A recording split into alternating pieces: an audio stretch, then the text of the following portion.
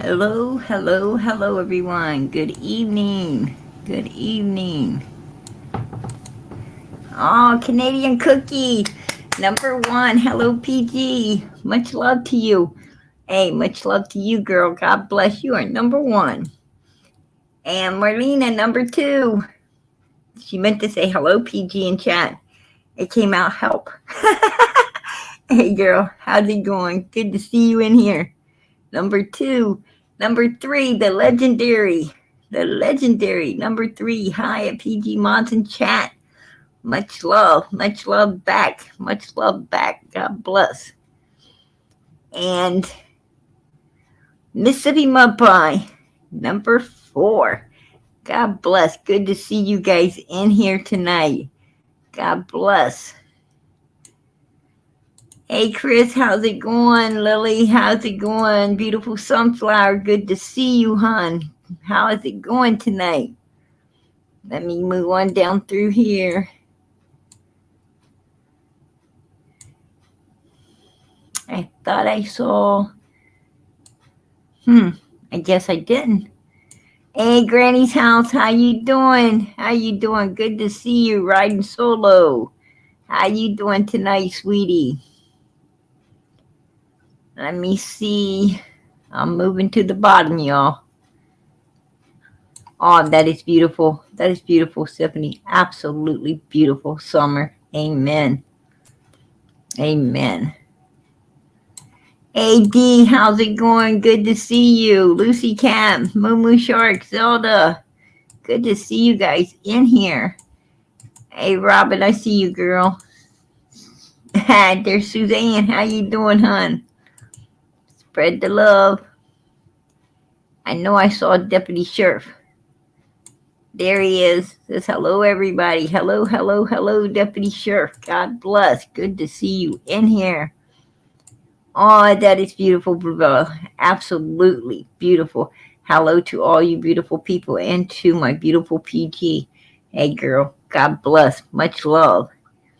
There's Justice 111. Sassy Fred, I'll see you. Hey, Patty Ponytail. How you doing tonight? Beth Ann. Good to see you. I'm moving to the bottom. Hey, Tropicana Banana. Good to see you, hon. Miss Kirby, how you doing? There's November Rain, PG. Hey, girl, how's it going tonight? God bless. There's Mommy of Six. See me rolling. Amen. Good evening, PG. Good evening, sweetie. All right, I'm almost to the bottom, you guys. I'm almost to the bottom.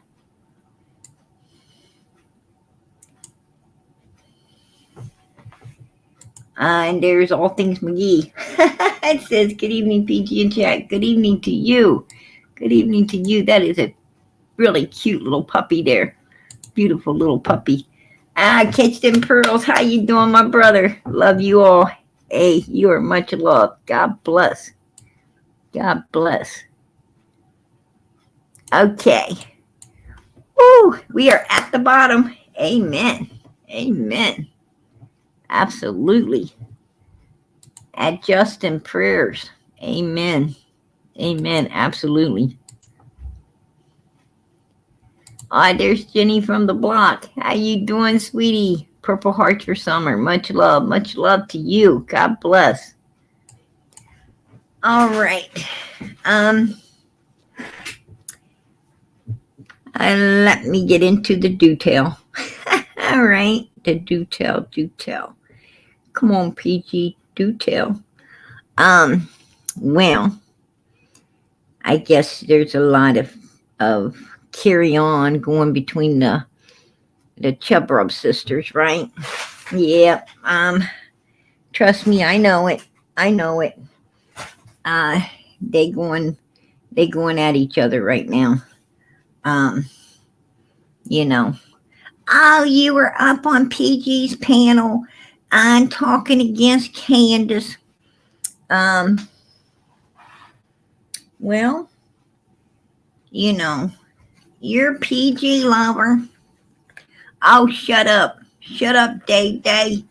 I'll play out where you said, I love PJ. I just love PJ. Right. Yeah. Um, they were having some kind of spat of I don't know what, right?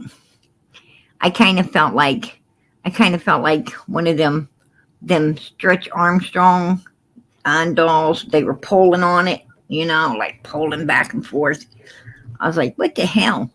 You know, for one, they come over here on their own, right? I mean, they kind of like, wobble over here and either get in the chat or jump up on panel. And, what can I do? What can I do? Nothing. Um, yeah, ain't my fault. They be coming over here. Then they come and get up on panel, right? And when they get up on panel, at first they act like they trying to be your friend. Then you see the ugly side of them, right? Like they show you one face when they first come up, and then you start seeing the ugly face. Well, uglier face, and then you either have to boot them or just pray real hard they go away. And really, all you have to do is like a couple of people they don't like up on panel, and they're like gone anyway. But anyhow, Jinkies did come up. She did come up, and I did get her to admit, right? I did get her to admit that she wasn't for Dawn or Candace. That's what she said. I'm not for Dawn or Candace. I'm for these missing children, as she should be, as she should be. But I had a problem with that because as soon as she left here, she got intimidated, right? She got intimidated. She ran over, opened her live, and had to confess her love to Can, right? A number one suspect in her own daughter's disappearance. She had to go open a live. I love Can. I really, really, really love her. What the freak, right? What the fuck? Really? You got to open a live up and confess your love to Can after you said, I don't support her or Donald. I support Summer, their missing child, right? But for some reason, I don't know what it is. Maybe it's Candace's, Pepe Le Pew fucking cologne. It might be her Pepe Le Pew nasty cologne that, is like hypnotizing and memorizing these people. I don't know. I have no idea. I mean, when you smell skunk coming off of somebody, you usually run, right? When if something smells like a freaking fart, you run. But I don't know. It seems like they're attracted to that smell. They're attracted to it, baby. I don't know. I'm like, I don't know. Often keeps me awake at night.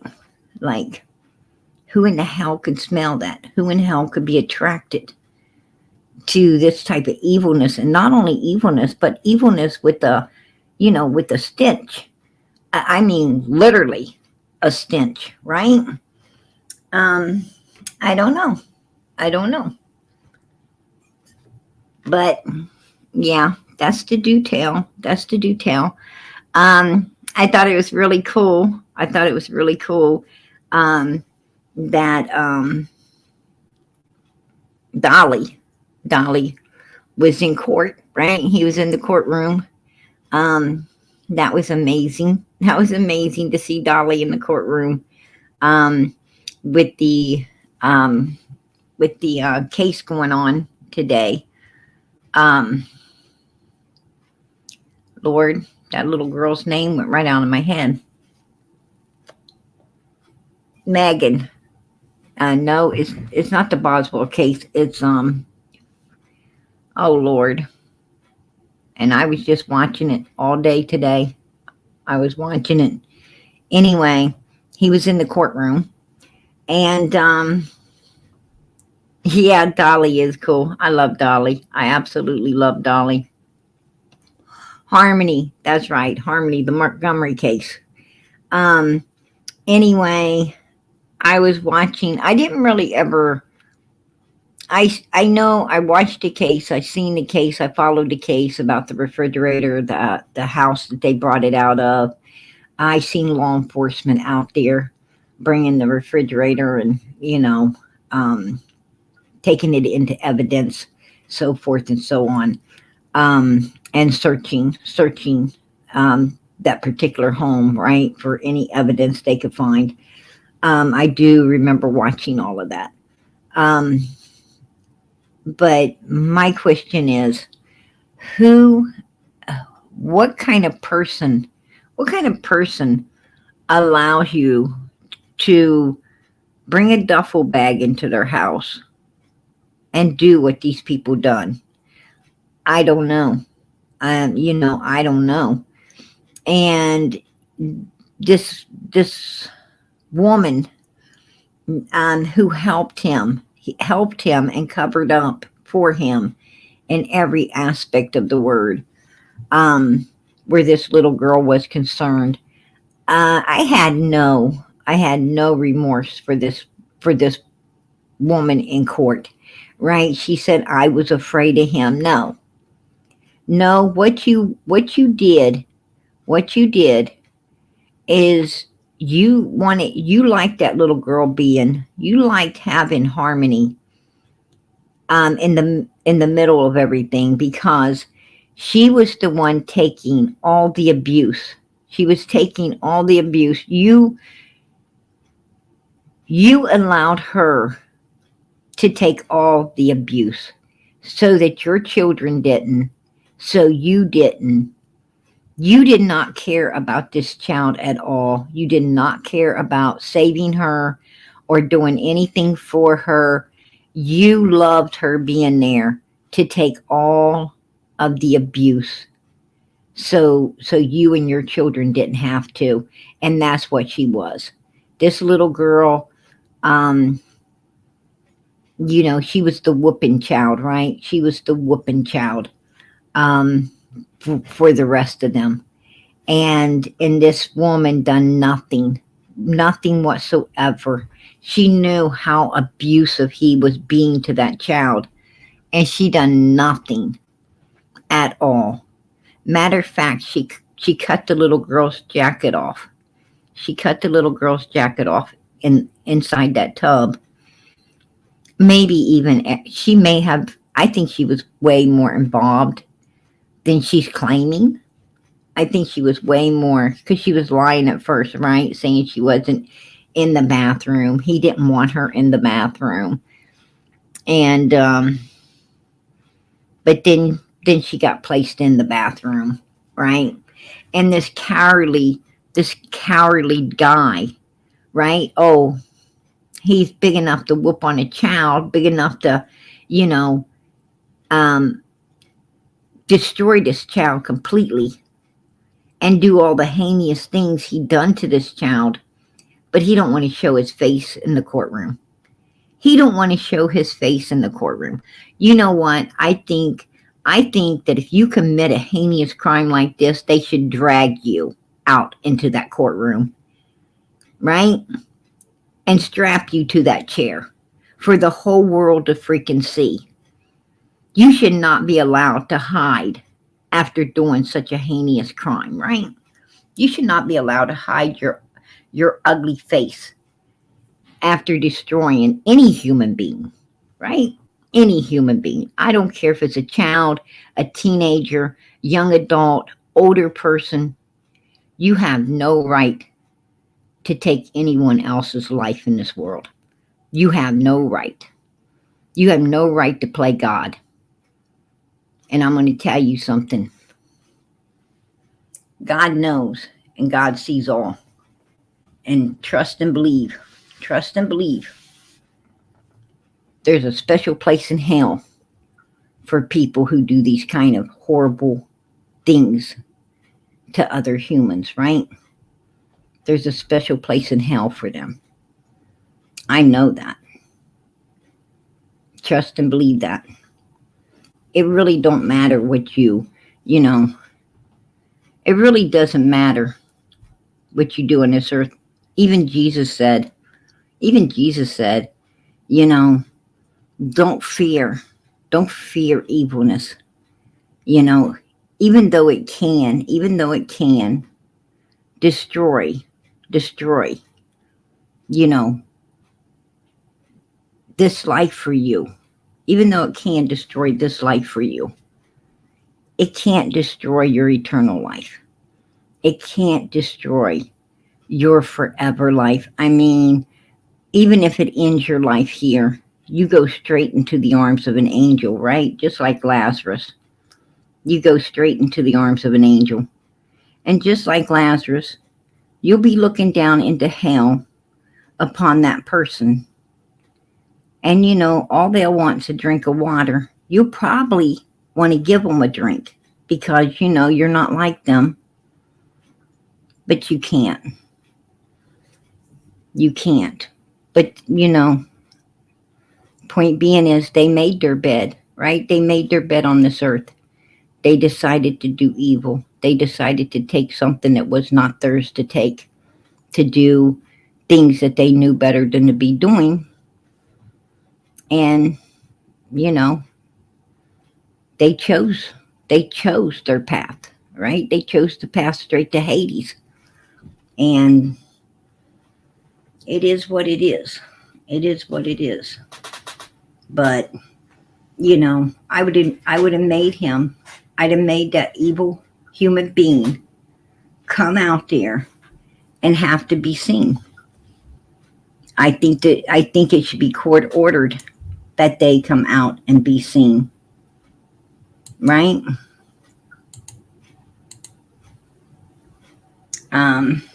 That's how I feel. That's how I feel. Cindy, I have to see you to bring you up, honey. I have to be able to see you.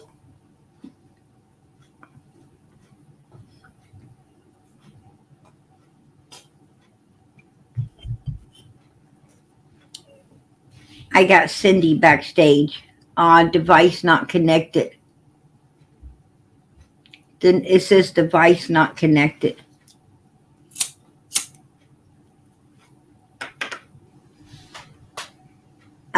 Go out and try to come back in, Cindy.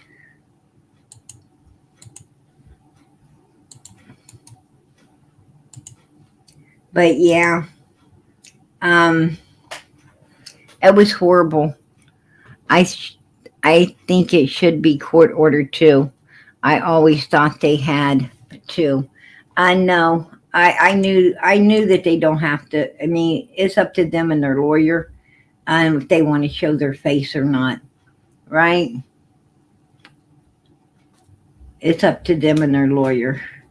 But I think they should have, you know, I don't think you should be allowed to do such a heinous crime and then get to, you know, escape showing your face, right?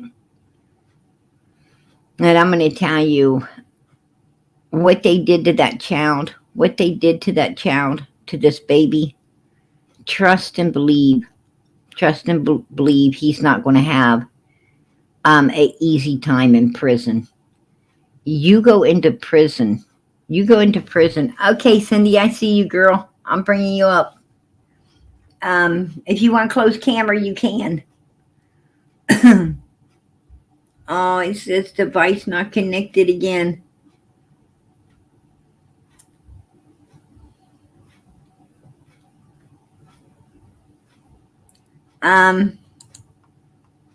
Miss Kirby, how you doing, sweetie? God bless. Hey, I appreciate your support for the channel. Amen. God bless. God bless. Um, and I appreciate you staying up and hanging out with us, Miss Kirby. Amen to that. Um, man, I got so much back here. Um, going on. Okay, that's Cindy. Yes, can you hear me? Yeah, I sure can, girl. I wasn't going to have you open the camera again because some reason your device keeps being disconnected. Yeah, I'm not So, sure why it's doing that. I'm sorry. oh, it's okay. It ain't your fault. It happens. It happens. You just have people come into back chat under other people's names, and and then you think it's this person. You bring them up, and it's somebody else. So, No, um, I totally understand. yeah, it gets crazy on YouTube, right? Yeah, Yeah, definitely. yeah, and I've been bombed enough. All right, I've had my share of bombs. That's for sure. Right? I get Yeah. photo bombed. I get photo bombed up here. I was gonna ask you to PG. Remember the paper that I sent you in regards to Jose's bank statement that Justin had went I'm over. s- I'm sorry. What did you say? I'm sorry. Can you hear me? Yeah, I can Okay. now. Okay. Remember, I had sent you that paper in regards to Jose's bank statement that Justin had went Right, over. right. Yeah. Um, I'm sorry, I wasn't able to come on then, but I wanted to explain to you if that's okay. What exactly what it was that the reason I sent it to you. Okay. Okay.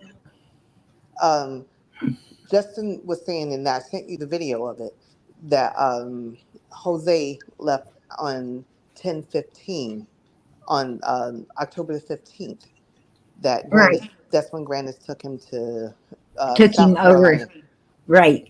hmm Now, when you look at the bank statement, as Justin had mentioned, that from they got gas in Yeah. Kingsport, At the bottom there, it was putting him back in Rogersville on the 16th, right? So they got and I think that was just a layover.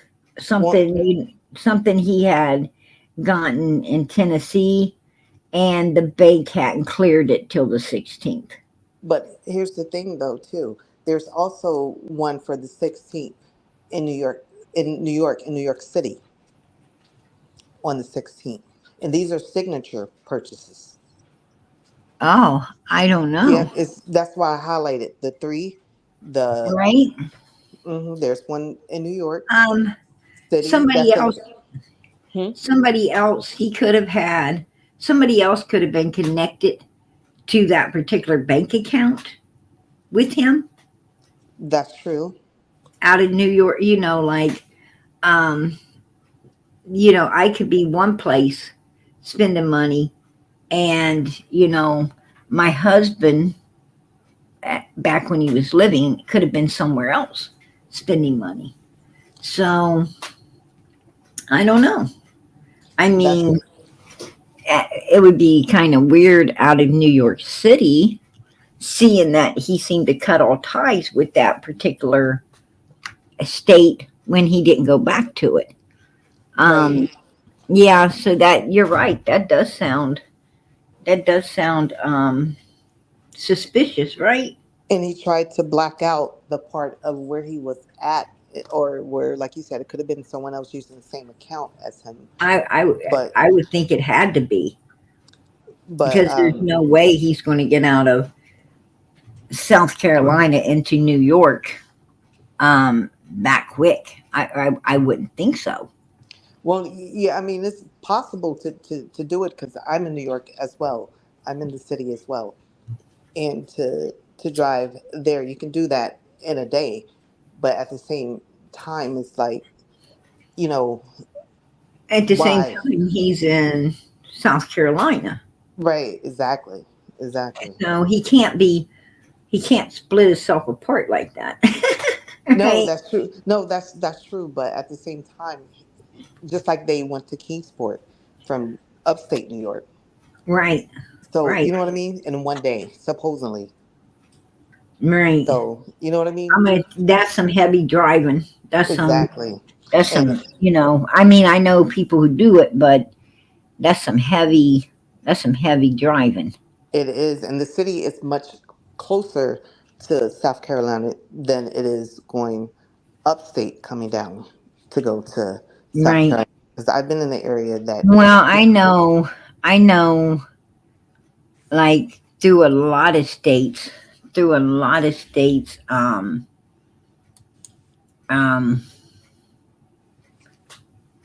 you can, through a lot of states, you can do, oh Lord, you could do 80, 90 miles an hour and not even see a cop, right? that's true. I mean, That's you could hit the freeway and just open it up, right? And it's like, so yeah, you can make some good time. mm-hmm. You could be hitting double time. Yep, Um, and that's true. And especially, just say for instance, if you left early that morning and you came here to the city and then you went back to South Carolina, that can all be done in a day. You know, and going from the city to Tennessee to South Carolina can all be done in a day. Absolutely, You know, absolutely. I just found it weird to for his bank statement to be like that. He tried to cross out exactly where it was in New York City because it actually had that information on there, but he tried Right. to cross it out. And another thing, I was looking at another one of your videos where you had Allie and Andrew Hilt, Hunter's father, Yeah, and because basically, um, you could go you could go out of South Carolina, through North Carolina, up through Richmond, um, and straight up. It wouldn't be no time. You've been nope, New Jersey. yep, and Um, then the city, yeah, you're right up into New York at that yep, point, right? yep. I've You're taken that route many of times because I'm from the city, and right. yep, Exactly. Exactly. I mean, um, yeah, and and you could, it's like 11 hours. It's like hmm 11 hours. Um, and and if you hit it, if you hit it through Virginia, um, and up into New York, that would, well, because I I was don't think it would cut your time much, but it probably would allow you to get there. quick. Yeah, I think you could through Virginia and stuff. I think, yeah, I think through there could really haul it through there and get, Yes, the DMV you area. might do better time. I don't know. I Hmm. don't know. Um, but I think that through, going up out of the south into the north and then on up to, heading on up to New York would be, um, the quickest. If Right. that's the way I think that's the way I would go. Yep, and that's the way I've gone many of times. Like when I Right. was to visit family in like Florida, Right. and I went just the exact route that you said. From from Jersey to Mhm. Maryland, from Maryland to the DMV area, and Right. going down. Right. But yeah, and the interview that you had with Allie, Andrew Hilt, and you had a couple more people on your panel, and one of your guests asked um, Allie if someone was vocal, And I remember Allie saying that she could say their names. Like she could say, Allie, Hunter, um, you know, the rest of that. Right. And Right. I remember um, Chris asking Jose in the interview that he did with Jose if when they got to the storage unit and he saw them, what did he saw the ones that came with Allie? What did Right. Summer say? And he said Summer walked up to him and introduced herself and Right. said, Jose said he looks like a nice man. And I'm just thinking, like, if she's nonverbal, how is she going to be able to do that? So it's like they all contradict themselves because Jose is telling one thing, and Allie is saying you know something completely different. If she's nonverbal, then how is she coming up to Jose, introducing herself and saying he seems like a nice guy? Right. Right. You know, those are two different. They're telling two different stories, and that's a lot of what they're doing throughout. You know, um, Well, um, I believe, I truly believe, yeah, Candace and Donald made it. I mean, if you listen to Donald, and I did listen to Donald, um, on numerous occasions, and there's a lot of areas that his story is changing up quite a bit. I was going to bring out some things tonight, but I decided that I wanted to touch base on tonight. I wanted to touch base on the church and some things going on in that area that seems, red flagged. But you're right when it comes to Jose. Donald and Candace both were making it like um, Donald was jealous because Allie had contacted him, letting him know Jose was at his house. It was Allie saying, with your old lady. Um, Candace did not inform Donald about Jose. Allie informed Donald up in Utah about Jose. And that's why Donald came flying back to Tennessee, was because that's how he found out that Jose was actually staying at his home. When he got back, and um, Candace and Grandis tried to tell him that Jose didn't like women. He mhm. preferred his own sex.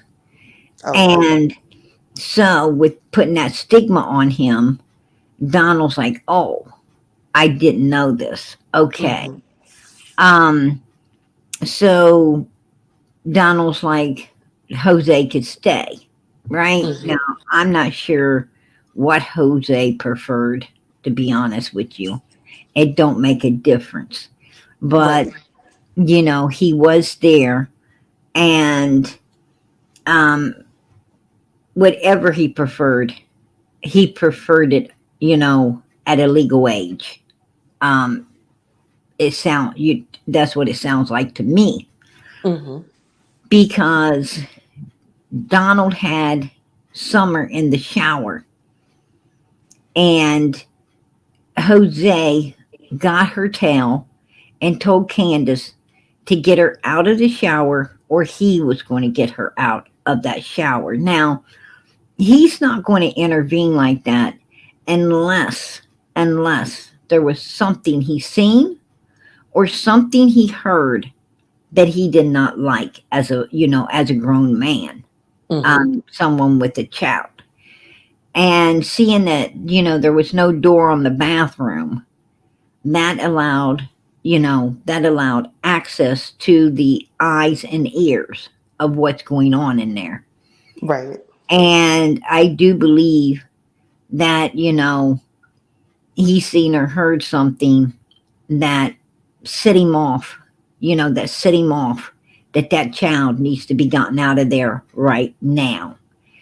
And so Candace had to get her out.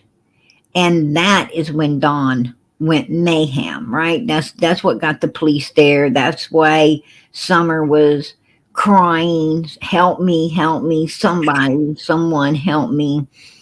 Um, they said Dawn kept trying to go at Summer, you know, maybe to force her back into the shower. I don't know what was really going on.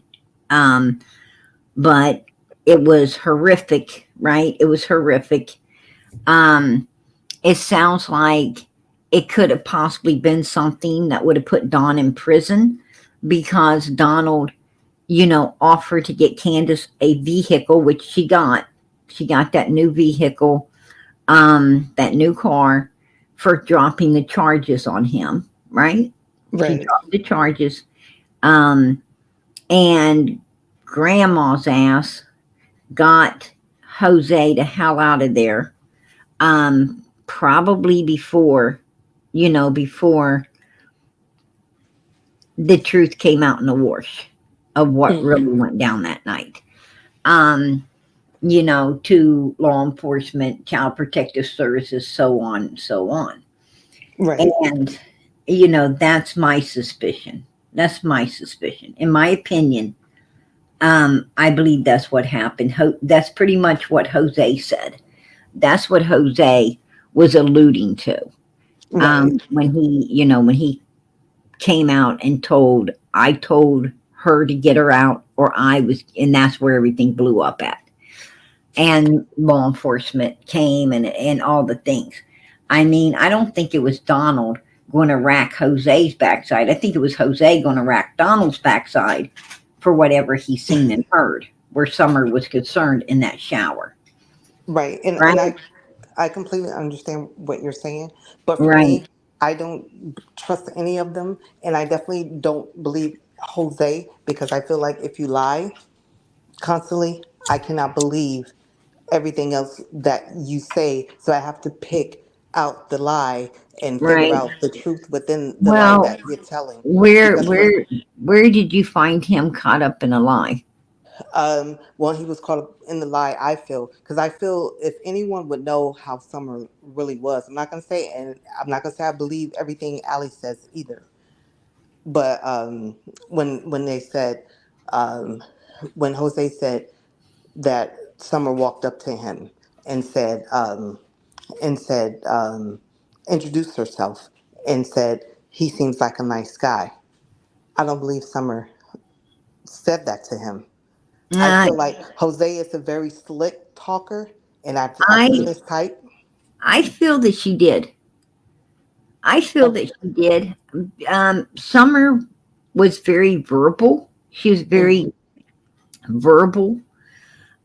See, Allie tried to elude us to the fact that Summer really wasn't verbal. She really couldn't talk and this and that and one thing and another. But that all went down the toilet when we found the videos of Summer actually talking. When she talked Hmm. at the church, thank you for the book that they gave her, you know, and there was other videos where, she like at the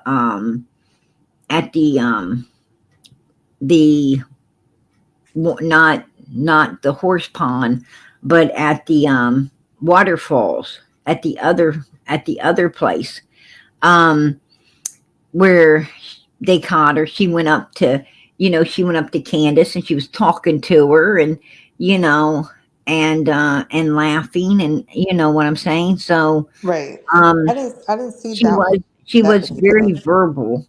So she was Um, verbal, but right. I still don't believe Jose. And Jose said she was very verbal. He said that Summer could talk and had no problems talking, you know. Um, Right. and I believe him from what I've heard with my own ears out of different Hmm. videos. I believe him. Absolutely. You know? And even Robin at the church said Summer could talk. Summer could communicate. Right. But at the time, at her age, I wouldn't believe she would walk up to Jose, introduce herself, and say he seems like a nice guy if he's, Um, a I complete think stranger. And I only I say I don't think he quite meant it, the way that, the way that maybe um everybody's, taking it. I think that, she probably did walk up there around where he's at. He probably said, "Hey, who are you?" And she probably told him, you right, know, she right now. probably told him. And then I would say, in that group of people, you live in New York, and you've been around the hood. I've been around the hood.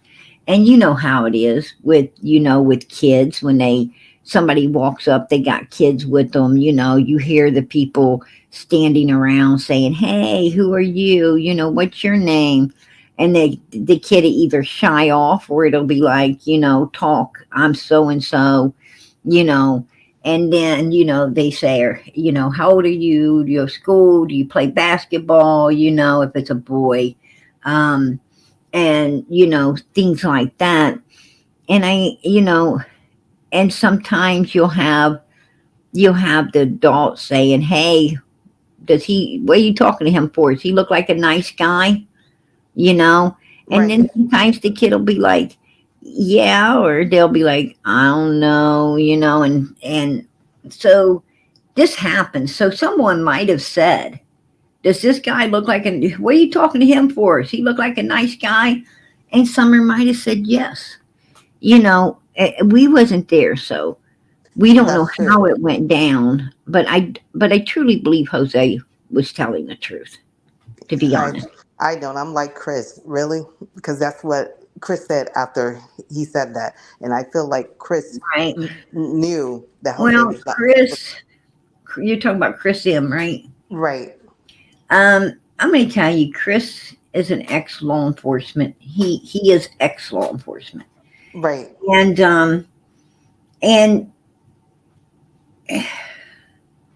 but I've I've sat back.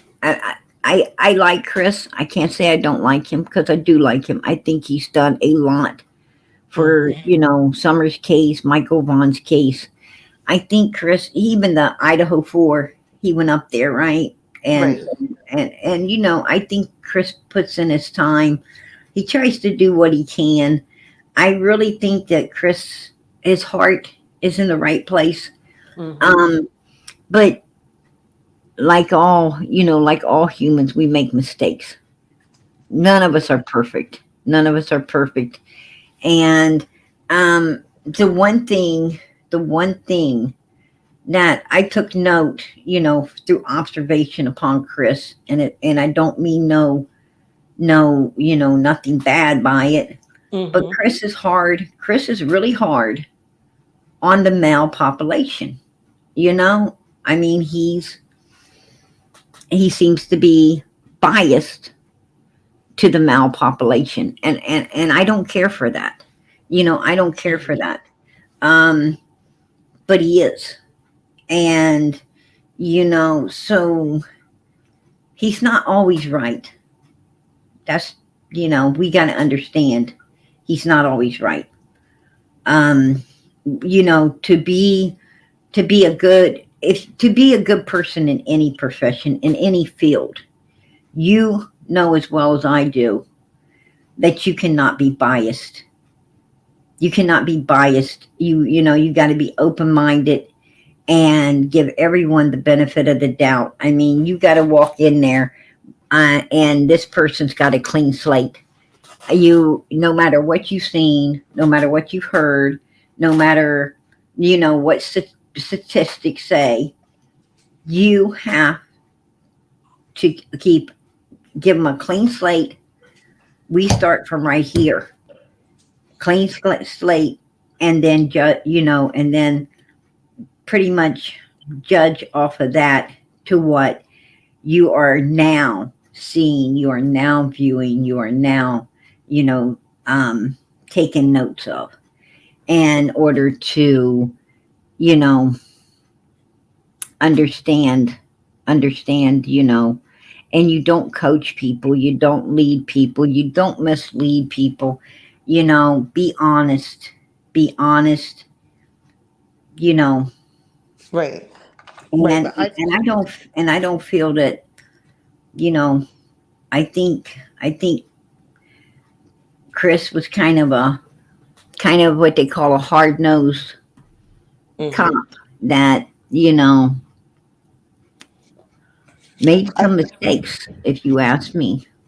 I feel like Chris gave them all a chance to Uh, actually tell the truth, and they didn't tell the truth. And so a when lot they of people didn't tell the listen to truth, Chris. They listen to Chris, and they take a lot of people listen to him, and they take what he says. You know, they take what he says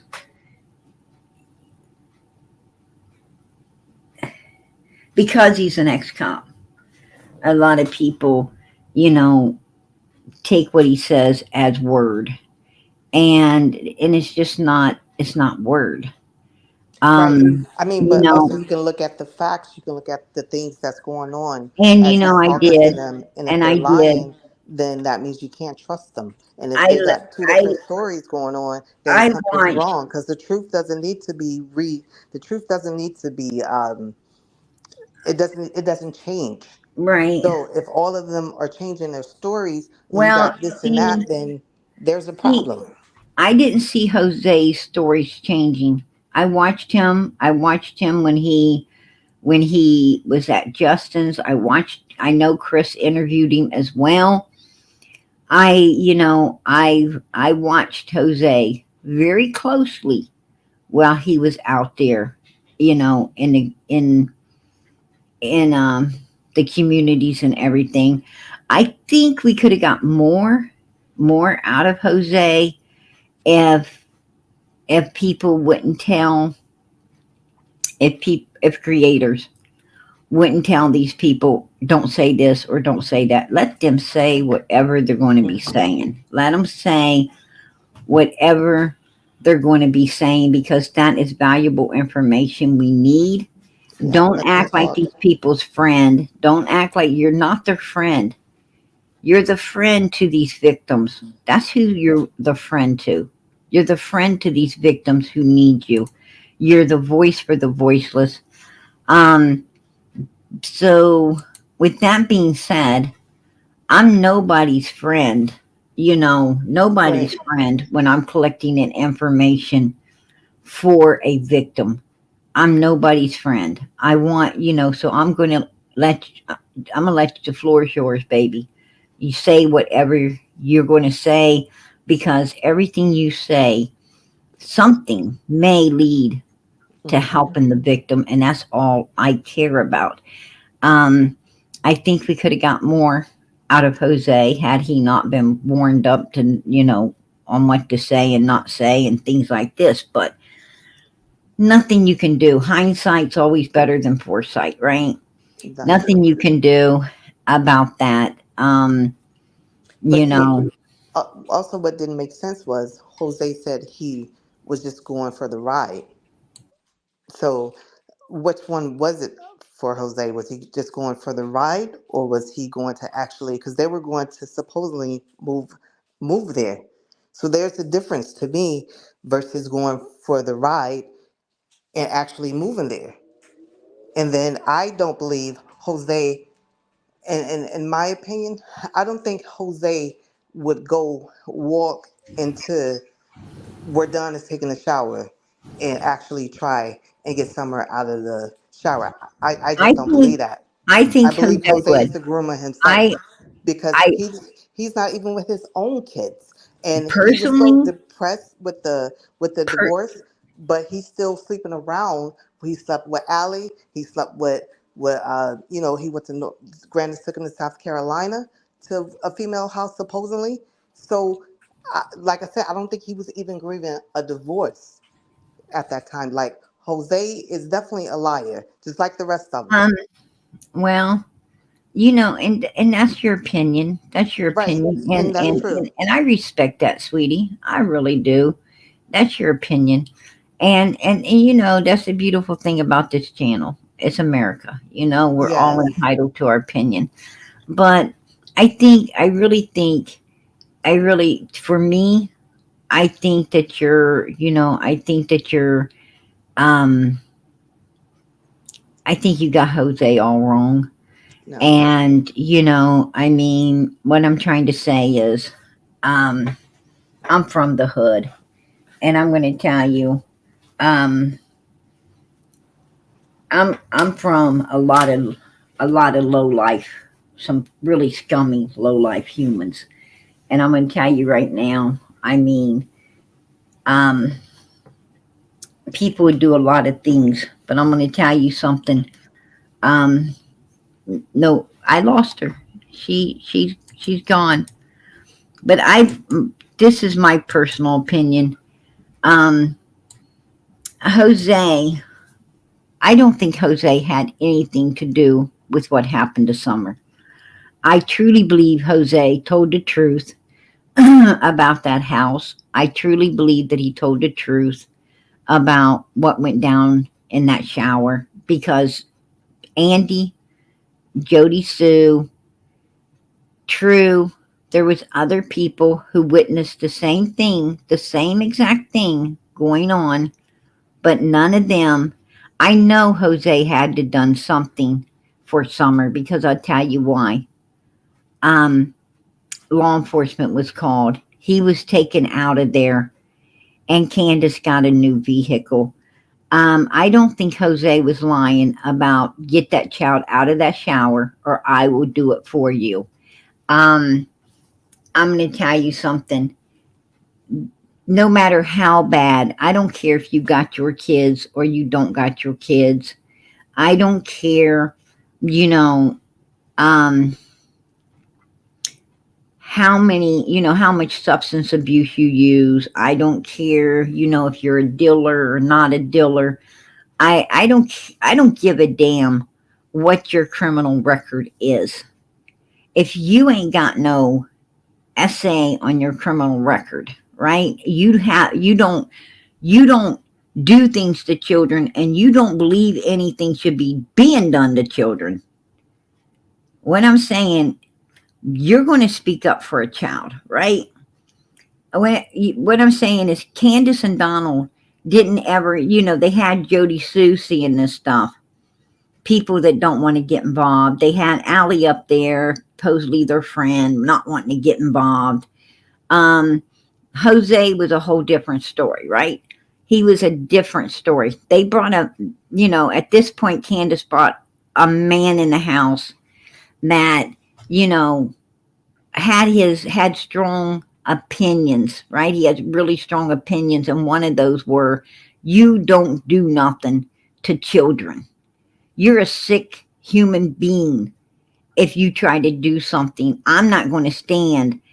I can't live with myself if I stand here and, not defend this child that's needing help and defend it." And that's the type of person Jose was. And I truly believe Jose stood up for Summer. I really do. I believe he stood up for Summer. I believe that law enforcement was called. And I truly believe, we heard the 911 call. We know that that's what the whole fight was about, right? We know it from the way Summer was hollering and everything going down. We know that's what was going on. I'm not going to turn a blind eye to the truth. And Jose told the truth. He told the truth, folks, in that aspect. And I think, he probably asked Summer, "And who are you?" And she told him. And someone probably said, "Hey, with Allie and them being from New York and and Candace and Donald, being from the slum as well. I'm sure someone said, 'Hey, what are you talking to him for? Do you think he's a nice guy?'" and Summer probably said yes, right? She probably said yes.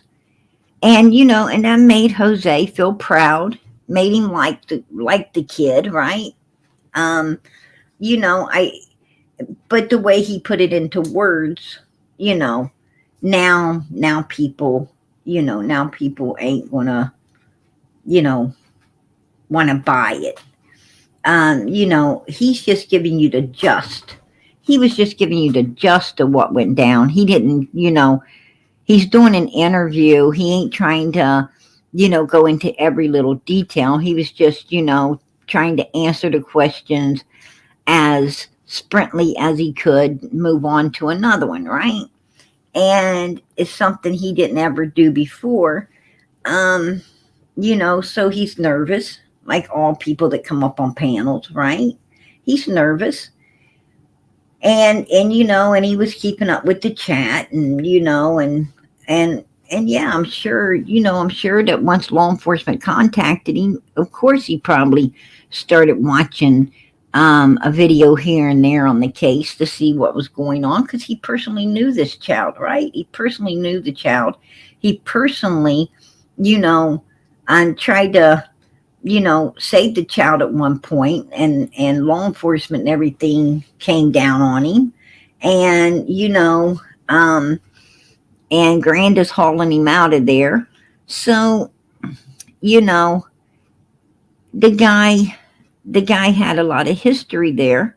So of course, I'm sure he was going to look. I mean, we're looking into the case, and we wasn't even there, right? We wasn't even there. We didn't have all of that history up on Ben Hill Road.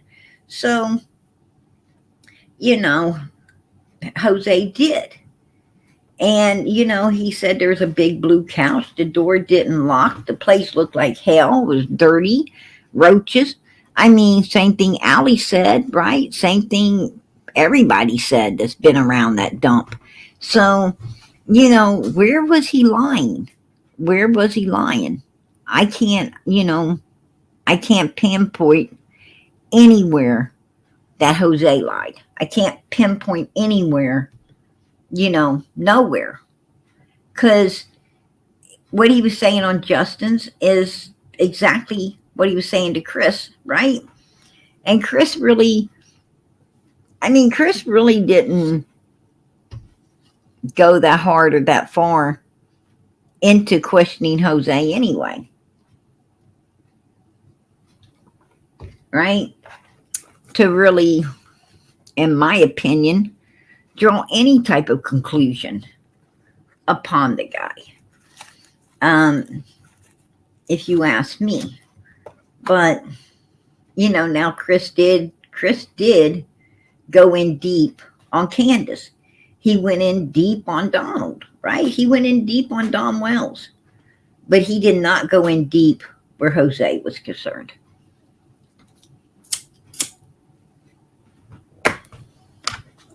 And like I said, Chris, Chris is he's just an ex law enforcement. You don't, he's not, he's human, people. He's human. Every human makes mistakes, right? I don't give a damn what profession you're in. I don't care what profession you're in. I don't care if you're in the medical field. I don't care if you're in law enforcement. I don't care if you're in military. I don't give a crap what profession you're in. As humans, we all mess up, right? We all mess, some more than others. We all mess up, right? And some people, see their airy way and admit it. Other people are strong fucking headed, and they think, they screw up, and they still don't want to see, they get angry, and still will kick the ground saying they were right? Even though they're not. They'll still kick the ground and say they were, because they don't like to admit defeat. Um, so, you know, I don't know. I'm one of those people that if I mess up, I'm the first one to step up and say, hey, I messed up, right? No shame in the game. I'm only human. I'm only human. I'm going to mess up. What the hell's people expect out of me, right? Don't expect no more out of me than you expect out of yourself. And you and everybody screws up, right? We all screw up. No matter how perfect we like to believe we are, we're not perfect, honey. None of us. None of us. Jose wasn't perfect. No, he wasn't. He was far from perfect. But I think where Summer was concerned, Jose did his best, did his best to give whatever he could as an information to help Summer's case. I really do. And, I think Jose had some issues, but overall I think he was a really good person. And when I hope made it to heaven. I hope he made it to heaven because he was very likable. He seemed to be a very nice person.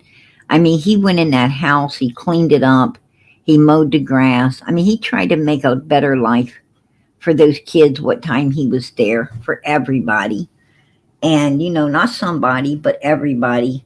And he's not, I'm not going to say someone that does all of that. I've seen people come in and not do shit, right? Look at the fat chick that was on trial today, right? Look at her big ass in the Harmony case. Did you change her? No. You just let her sit in her urine and her feces? Yeah. Did you offer to take her to the bathroom? Well, yeah. What did she say? I don't want to go. So you didn't push her or force her or anything to go? No. I just let her stay. No. What you did is not care. You were on substance abuse. Her evil, worthless dad was on substance abuse. Neither one of you were doing a damn thing to clean yourselves up. You were up in the front seat, all messed up, out of your heads most of the time. Three children in the back seat, and you all didn't care what was going on with them. And if any of them seemed to complain, Harmony Harmony would take all the lashing for it, right? Anything that went down in the back seat, Harmony took all the lashings for it, to the point she's not here any longer. Because of what? You know, this that lady who was with Harmony's dad didn't do nothing.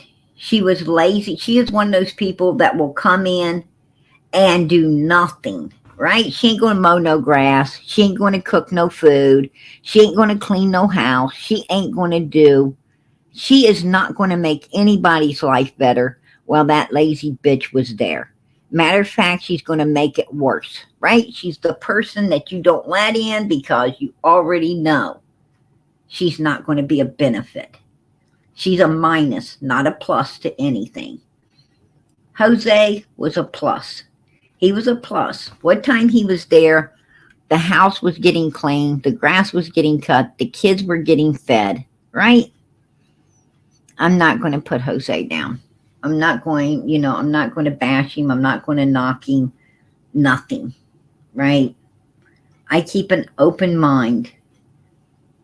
I did watch Jose. I watched him close. And, I just have to, I have to agree to disagree. That's, at this point, I'm going to agree to disagree upon this topic, right? Um, right. And, absolutely. I think that woman should get, if you ask me, should have gotten freaking life in prison along with that damn bum. What I'm saying is it's just as much her fault that baby got destroyed as it was that piece of crap that destroyed it. Right? She was just as much involved in that baby, maybe more so than we think where that baby's concerned. And I don't think she should ever be allowed to have another child in her presence as long as she lives. Right? She should not ever be allowed to be around any children ever in her life again. Right? No child is safe around that bitch. No child is safe around that bitch.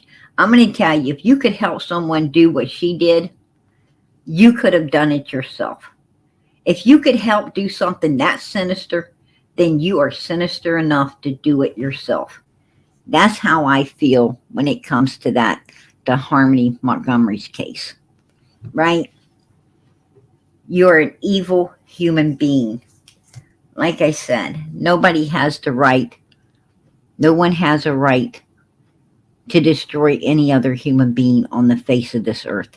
And to destroy your own, you a special kind of fucking evil.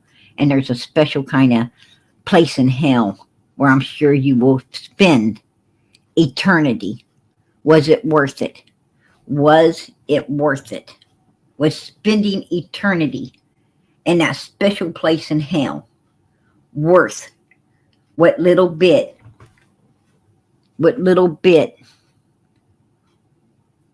you might have gained on this earth? I mean, they destroyed that baby, kept getting the money, right? Kept getting the benefits for it. Was it worth it? Was it worth it? Right? Was it worth allowing this man to make that child the whooping child for everyone else in that car? Was it worth it? Was it worth it? To save your own ass? Was it worth it? No. No. I'm going to tell you something.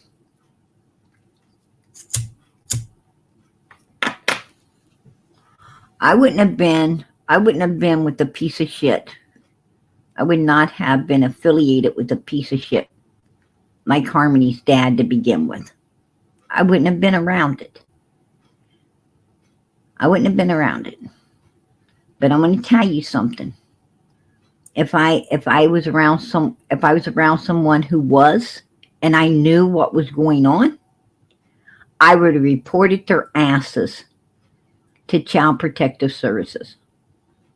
I would have reported their asses to law enforcement. Here's how I feel.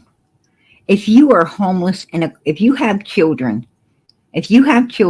and you're homeless in a car, then children need to go into protective services until your ass can get out of the car. Until you can get a home, you can provide a roof over those children's head, clothes on their back, and food on the table. They should be removed from you. If you need to go to the type of clinic that these two people were going to, place like that, right, for what they were getting, you should not have no children in your presence, right? Children should have been taken immediately. They should be taken from you immediately. If you have a substance abuse problem, until you are completely clean, I mean, I don't want to hear that you're going to the clinic. I don't give a damn.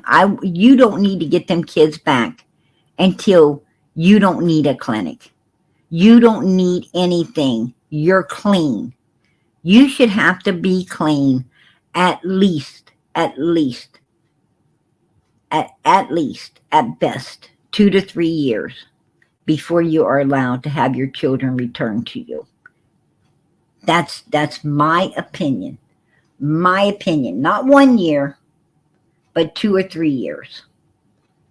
You know, within a year, people fall off the wagon, right? Within a year, they fall off the wagon.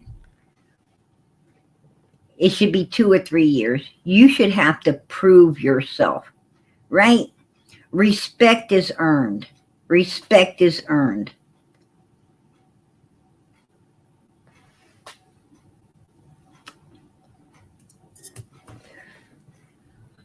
I don't think that people who are addicted to anything, as in substance abuses that impair your judgment, alcohol, right? Drugs, anything that impairs you from being able to be a full-time coherent parent, you should not have children. If you are not a full-time coherent, that means no alcohol, no drugs at all. You are getting high on life and life alone, right? Then you shouldn't have kids. You shouldn't have them. I don't care. You have no business having them. You know, that's just how I feel. That's how I feel. You know, people say, well, you know, a little goody good, a little goody good. What's wrong with, smoking up a little goody good? I'm going to tell you what's wrong with it. What's wrong with it is you get addicted to it. What's wrong with it is you're sitting around spaced the fuck out all the time. You wake and bake. You're not you're not coherent. You're spaced out constantly. You walk around, mellowed out, not giving a crap about nothing. And you cannot, be a functional parent, the type of parent a child needs. And what are you doing? What are you subjecting your kids to? You're subjecting your children to be spaced out people in the future because they see you being spaced out. And if you see it as being okay, then now your children see it as being okay. Well, it's not okay. It's not okay, folks. Just saying. I'm not here to make friends. I'm here to make sense. Right? I'm here to make sense. Your children need you. Grandchildren need you. You got to be the example that you want them to be in the future. Right? Because whatever you're doing, and that's what you're going to hear. Even if you wise up and you understand that these habits cost you a lot of money, like a lot of people smoke, right? And then all of a sudden they get on a health kick and they quit smoking. And when they quit smoking, they think the whole world needs to quit smoking, right? You need to throw down them cigarettes. I worked and I got, and I went through this program or that program, or I just threw them away and I don't do that anymore. And I feel so much better now. And I think the whole world needs to stop smoking now. Okay. Well, when you come to that clarity when it comes to substance abuse and alcohol abuse and other abuses, and you're on your kids telling your children they don't need to be doing it, they're going to say, well, you did it, and you did it for years, and the only reason you're not doing it now is because you're too damn old to be doing it, and you want to jump on me. Who are you to tell me what to do? When I was the whole time I'm growing up, you stay spaced out, right? You didn't know where you were. We raised ourselves. Well, you know, if your children say that to you, you deserve it. You deserve it, right? You deserve it because they're telling the truth. And you know, and they're only doing what you led them to do, what you made seem to be okay because you were doing it. You know, and that's how the cycle keeps going. That's how the cycle keeps going. So that's how the drug man keeps buying big cars, nice homes, nice clothes. Their kids don't want for nothing, but yours do. And then they know that you're feeding them now, and your kids and your other family's going to be feeding them later, because they're going to see what you're doing. They're going to want to do it, and they're going to be customers too, right? Just like the grocery store. Just like the grocery store. You have to go to the grocery store. Your kids have to go to the grocery store, and the rest of the people around you got to go to the grocery store. And that's how the dirty cycle starts, and that's how it starts, and that's how it ends up taking everything you have to eat. Right? That's There you go. The garden went away, the fields went away, the chickens went away, the cow went away.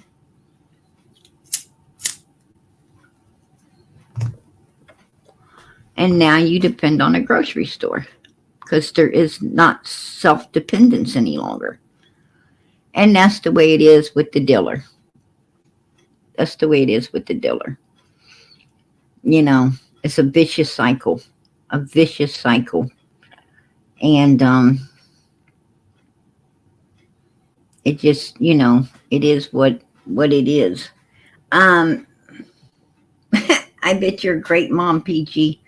Um, no, no, I'm not perfect.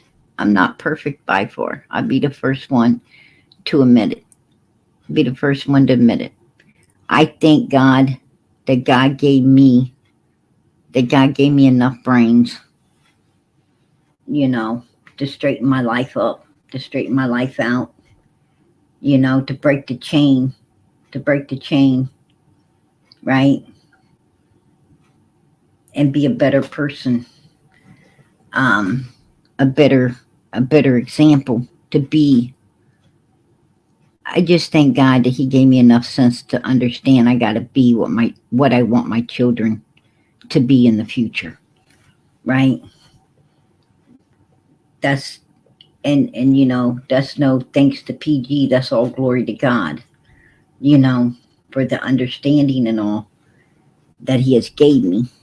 You know, that's why I tell people super important to find God. It's super important. Man, you do not know how beautiful it is to to to be with God, right? To be in God's presence, and just to be one of His children. You don't know. It changes your life. It opens your eyes, right? To be When you get saved through Jesus Christ, you get baptized, you get your eyes open, you become a different person. You don't even know the person you was before. You don't, and you're glad. I mean, you knew him, but it's like, oh hell no, that wasn't me, but it was you. It was you, and you're so. I mean, you're so glad. You're so glad. You know that person's gone. You're so glad that your eyes are open, and you can see all the things differently in your life. You could be different. And with all of that, God gives you a lot of understanding. He gives you a lot of understanding, a lot of patience, a lot of things you didn't have before. And, you know, and I'm grateful for that. But where my kids are concerned, I can't take credit. I can't take credit. You know, I can't. God's had a lot to do, a lot to do in my kids' lives. He's had a real hand. God has had a real hand in my children's lives. He's been there. You know, you guys don't know. You don't know how much I've prayed, that I've prayed for God to be in my kids' lives. And I did, and he was. And I got beautiful kids. But that's not, that's not my doings. And I won't ever say it is. That's not my doings. That's the Lord's doings. That's his doing. And I appreciate it. I honestly do.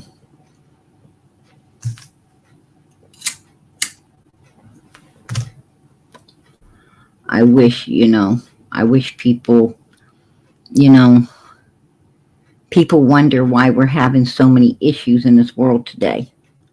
Well, when's the last time you've been to church with your kids? When's the last time, that you and your children prayed?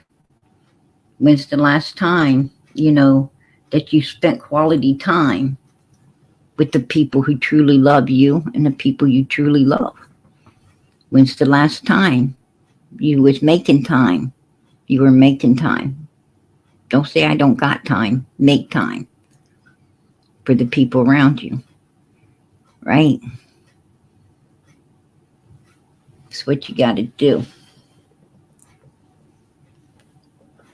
I don't mean a phone call, a 5-minute phone call, or check up on Facebook. I'm talking about physically spend time. Physically spend some time with the people around you, the people you care about, the people you love, right? You got to do that all the time, not sometimes, all the time. You got to forget about the people, you got to forget about the people that use you. You got to forget about them people that you keep fighting to keep in your life. You got to get them people gone. And you got to pay attention to the ones that want to be in your life.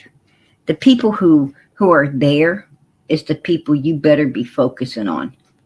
Because those people you're fighting for is taking the focus off the ones truly there for you. And pretty soon the ones truly there for you, they're not going to be there for you because all they see is you fighting for someone else instead of them. So you're going to lose everybody, right? For people that don't want you in their life anyway. So the best thing you can do is focus on what you got and say the hell with the rest.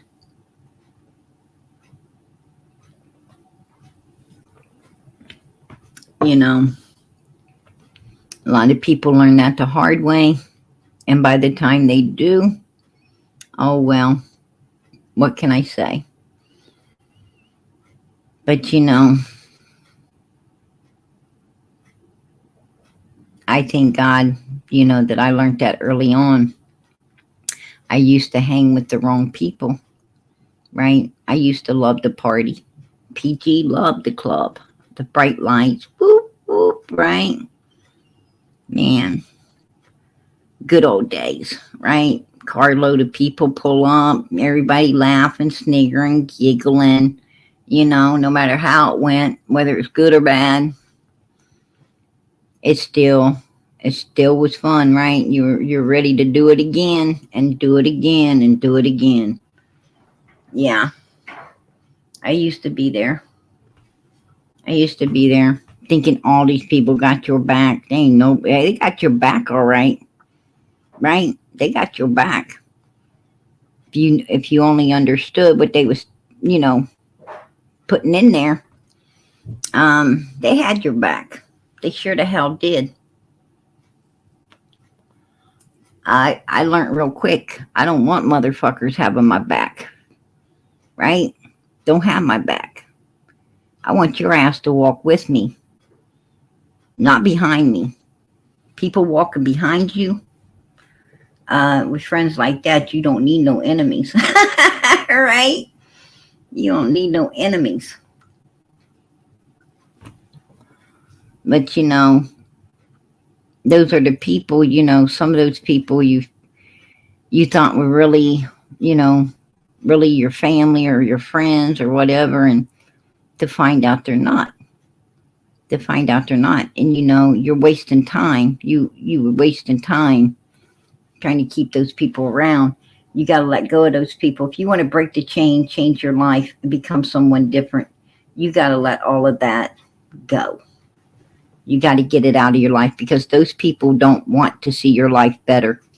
They want to see your life just like theirs, going down the damn drain. They're not out to help you. They're out to get you. You got to be careful. You know, I wish people, I wish people in this world would wake up. I wish they would wake up for real. We all need to wake up. We got to focus on making the next generations better people. We got to focus on, we need more say no to drugs, say no to alcohol, say no to being fucking homeless in the future, right? Say no, and teach your children to say no. That's what we need to do. We need stiffer laws. We need stiffer laws. When people destroy children the way Harmony was destroyed, they should be life in prison, no parole, right? Life in prison, no parole. You abuse a child in any way, it's, they ain't no get out of jail free card. You go straight to jail. You stay there, because society don't need you.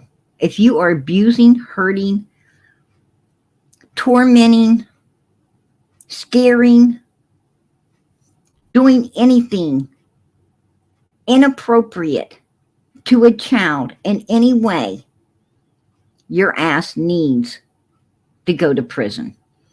And your children need to be put in a better home where they are cared about, where they learn not, right? Not to be like the people who was doing this to them.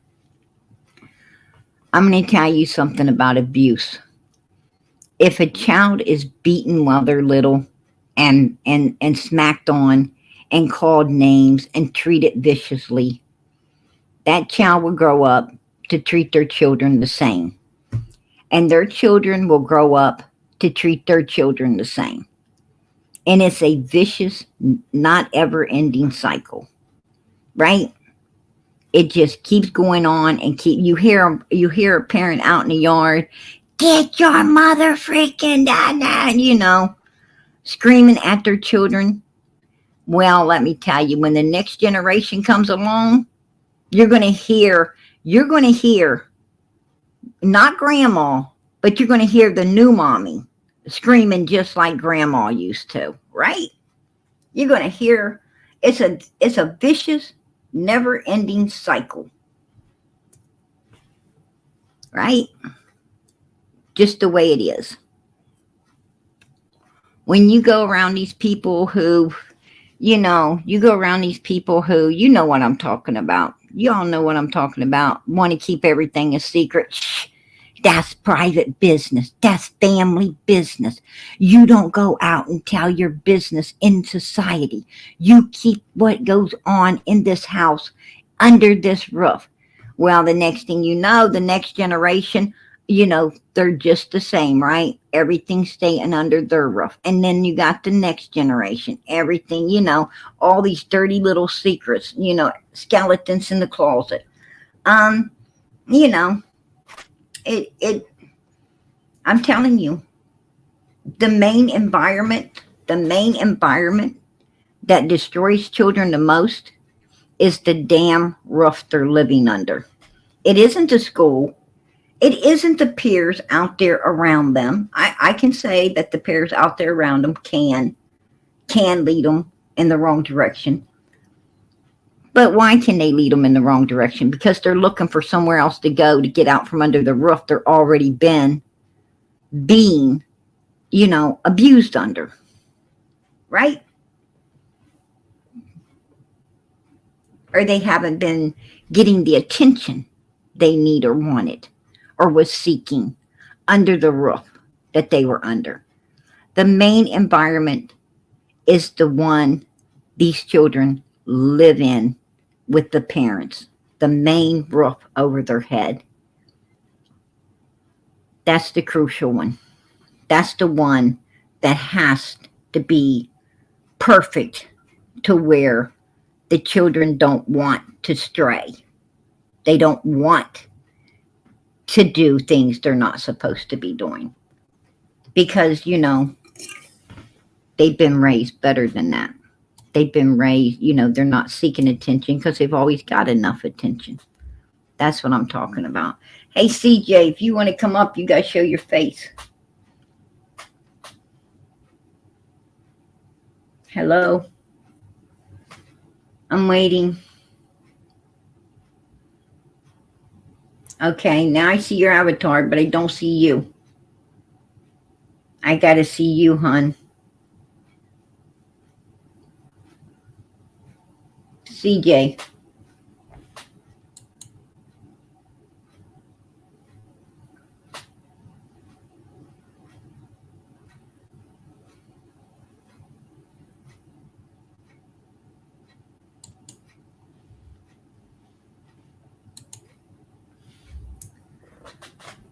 CJ ain't going to show me.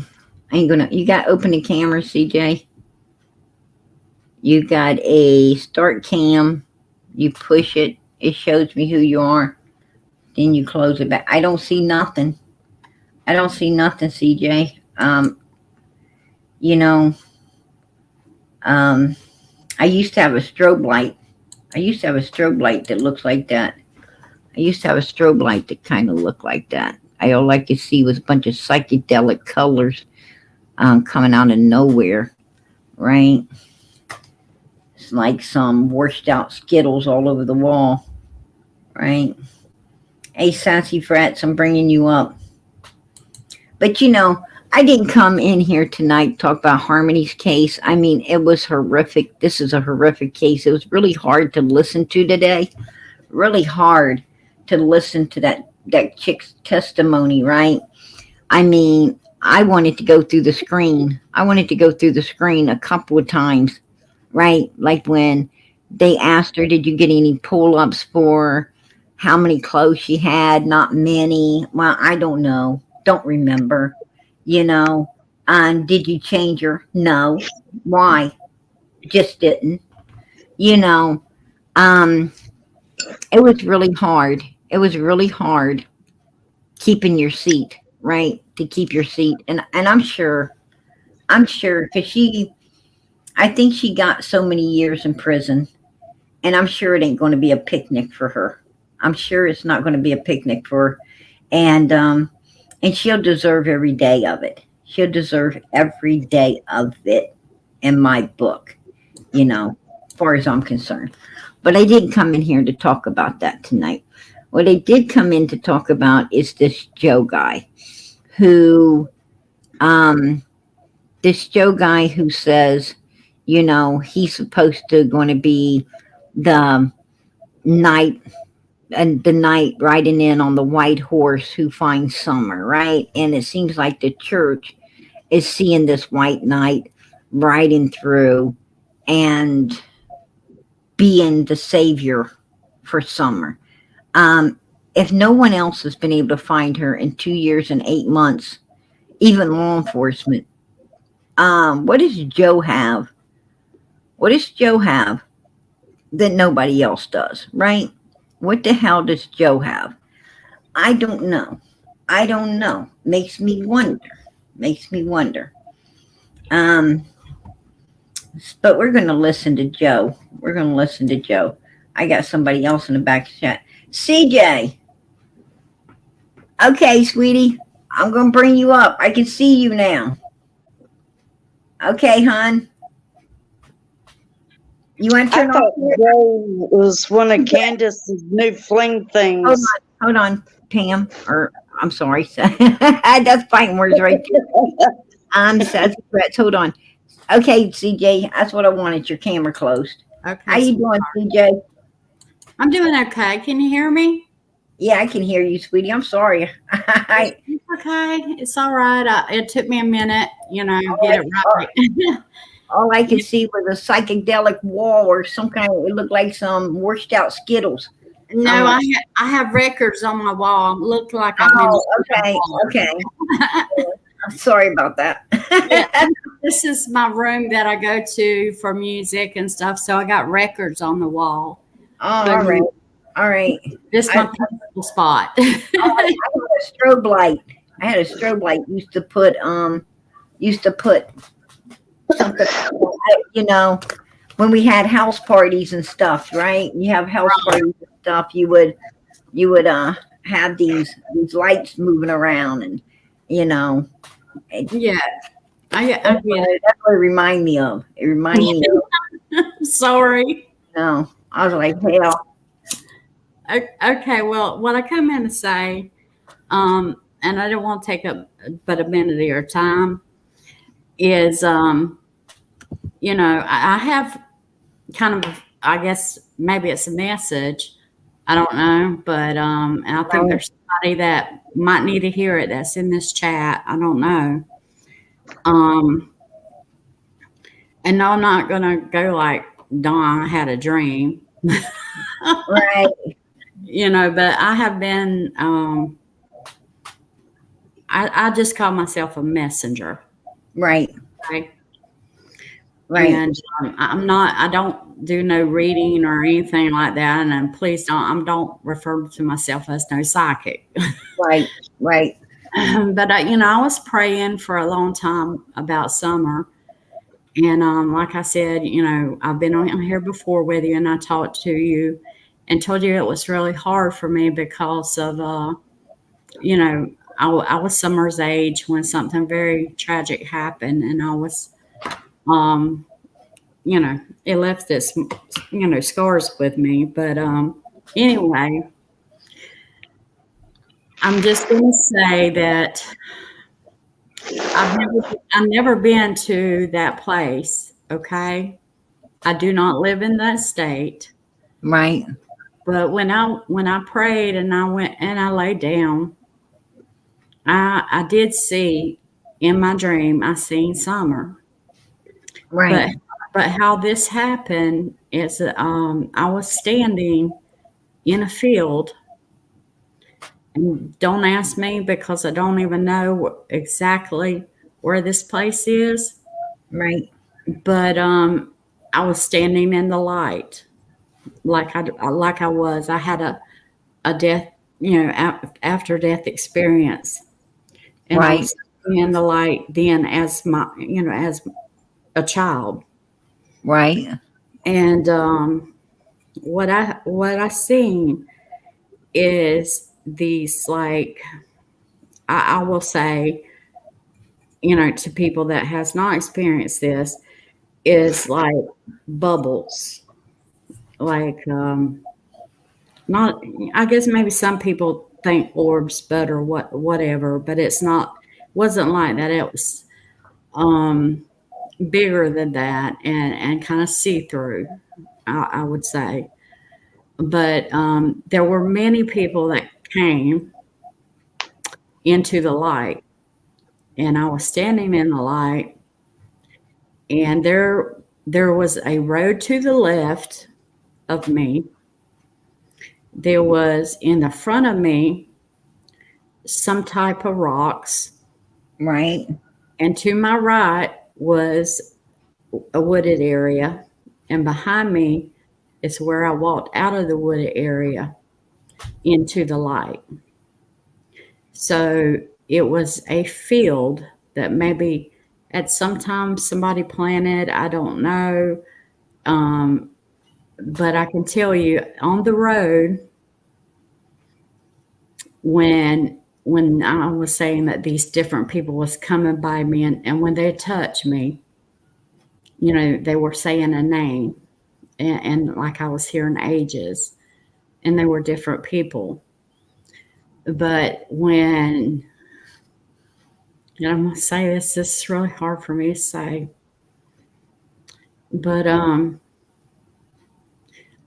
there was one that come to me, and it touched my arm. Right. She says, Summer, 5, age 5. Right. And when she stayed, it was like just for a few minutes, and I'm saying this because I'm about to cry, but and I've held on to this for a long time because at the fear of people thinking that I have lost my mind, because they don't understand exactly how this works or why I dream the way I dream. Right. But I could look up from this spot, this field, and see the house that Summer lived in. Right. Right. It wasn't very far. And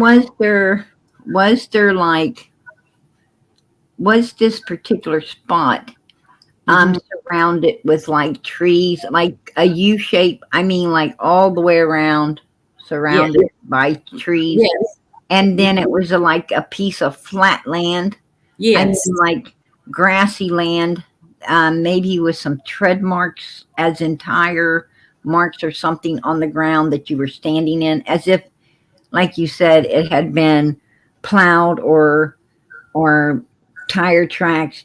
And in some places you could see the mud, but most of it was grassy. It was grassy, and it was a flat area. Right. But not real big. Not a big area. Right. But it was flat. And it was surrounded by bushes and trees all the way around, out to like, then there was like the road, and from there you could see the 110.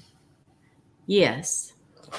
That's really weird that you would say this, because that happens to be what I think is Fred Hill's other property down the road on Ben Hill right there.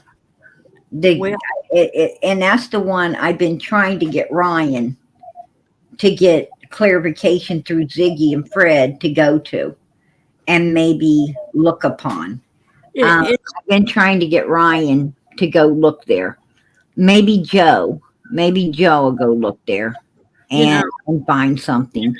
But I have a feeling that you're right, that she's right there in that area. Absolutely.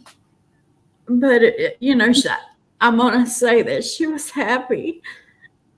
She was happy, and her spirit was happy, and she was ready. And when she touched me, and I've held this back for a long time because, like I told you in the beginning, it was really hard for me. It's just odd. I get it.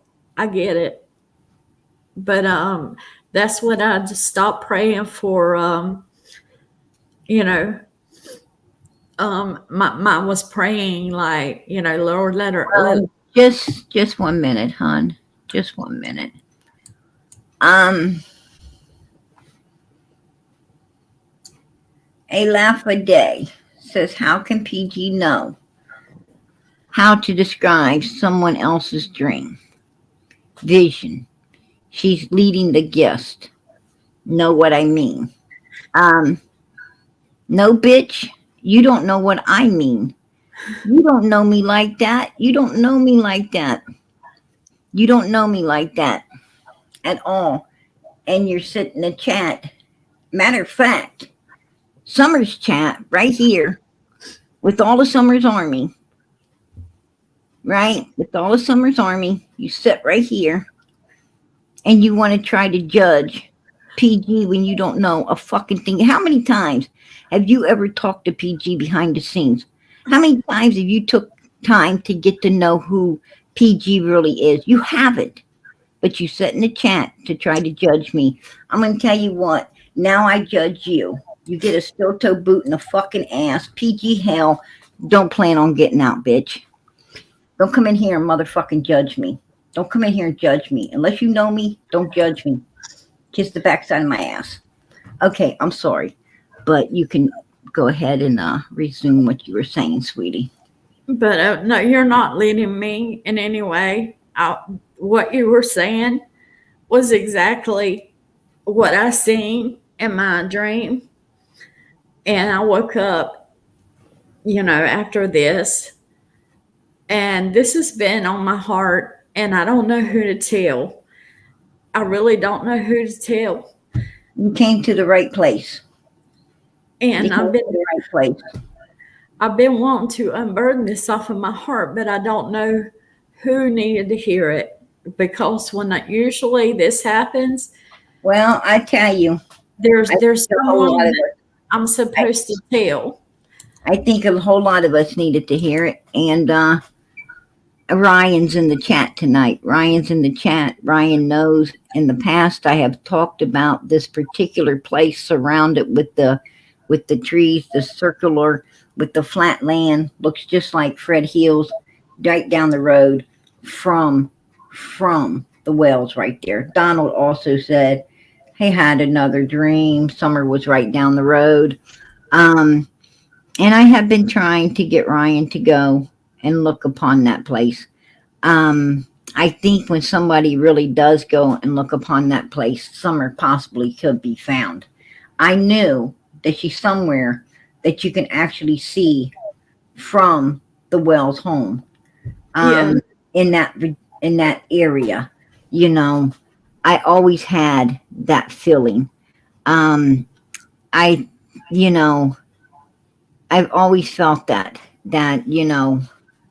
because Candace made the statement that, oh, Summer's always with me.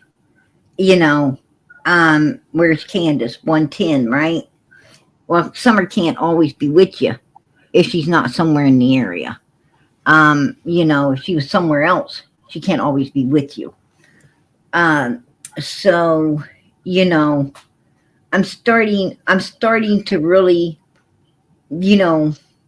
pull more towards with what I am, in my opinion, in what I think, and this is my opinion, that law enforcement believes.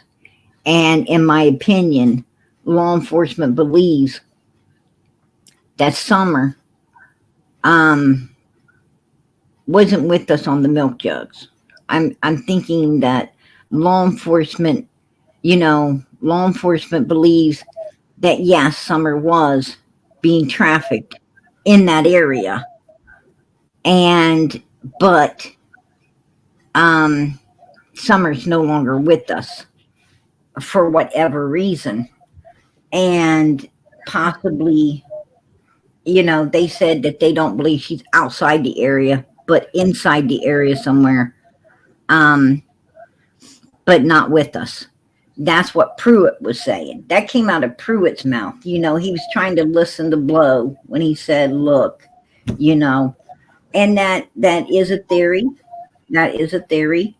That's what I was getting from them. Ronnie said, why don't you ask the Wells why it took them 4 hours to call law enforcement, which means that would put Summer back on the milk jugs, right? That came out of Ronnie's mouth. It's kind of adding all up with, with the things that law enforcement has been putting out here and there. from the beginning of this case. So, and that particular property, yeah, I've been trying to get somebody to, to go over it for a while. I didn't know that, PG. I really didn't. I didn't know that you had been doing that. And there was some reason I felt like tonight was the night that I just had to say it to someone because Well, it's a message, and I don't know why it came to me, but I've had now, other was people the that Wells house, the only one you seen? Was the yeah, Wells house the only one? Did you see any other houses? Was you able to see Ben Hill Road? it was a Um, it was a road to my left. I'm standing.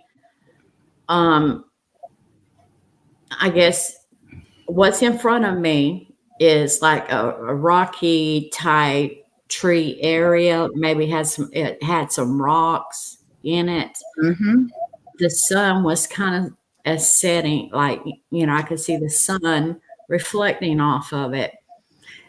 But the road was on my left. I walked out of the wooded area. It was a wooded area, but it was sparsely a wooded area to my right, that is far off of the road. But when I walked into the area, as soon as I got there, it was, you know, the light come upon me standing there. And I was, like I said, but when I looked up, and I don't know why I looked up when she touched my arm, I looked up to my left. I looked up and I could see the house. And I know this. Please, I'm begging, please, everyone, please don't think I'm crazy. I've done this since I was a young child. People have not believed me, but it's like almost seeing something in a fast forward motion. And I told you in the beginning, PG, that, it happened to me at 5, and I looked a lot like her, and I was abused. And also, like you said, there was trafficking. And There was CJ, in the area. CJ, was it off a dirt road or 2 track? To me, what I seen, PJ, it was not a dirt road, but it was a small, skinny, not a road that's like really big, like where It it's was it was 2-lane road, basically Ben Hill. right? Like Now, a small, was you small. standing? Wait, and you were standing on the Wells house was on one side of the road. You were on the Mhm. other side of the road, but you were kind Opposite, of down the way. yes, kind of down the way, and there was nothing So but grass from under my. feet. Mhm. And from this area you could see the Wells 110 Ben Hill Road.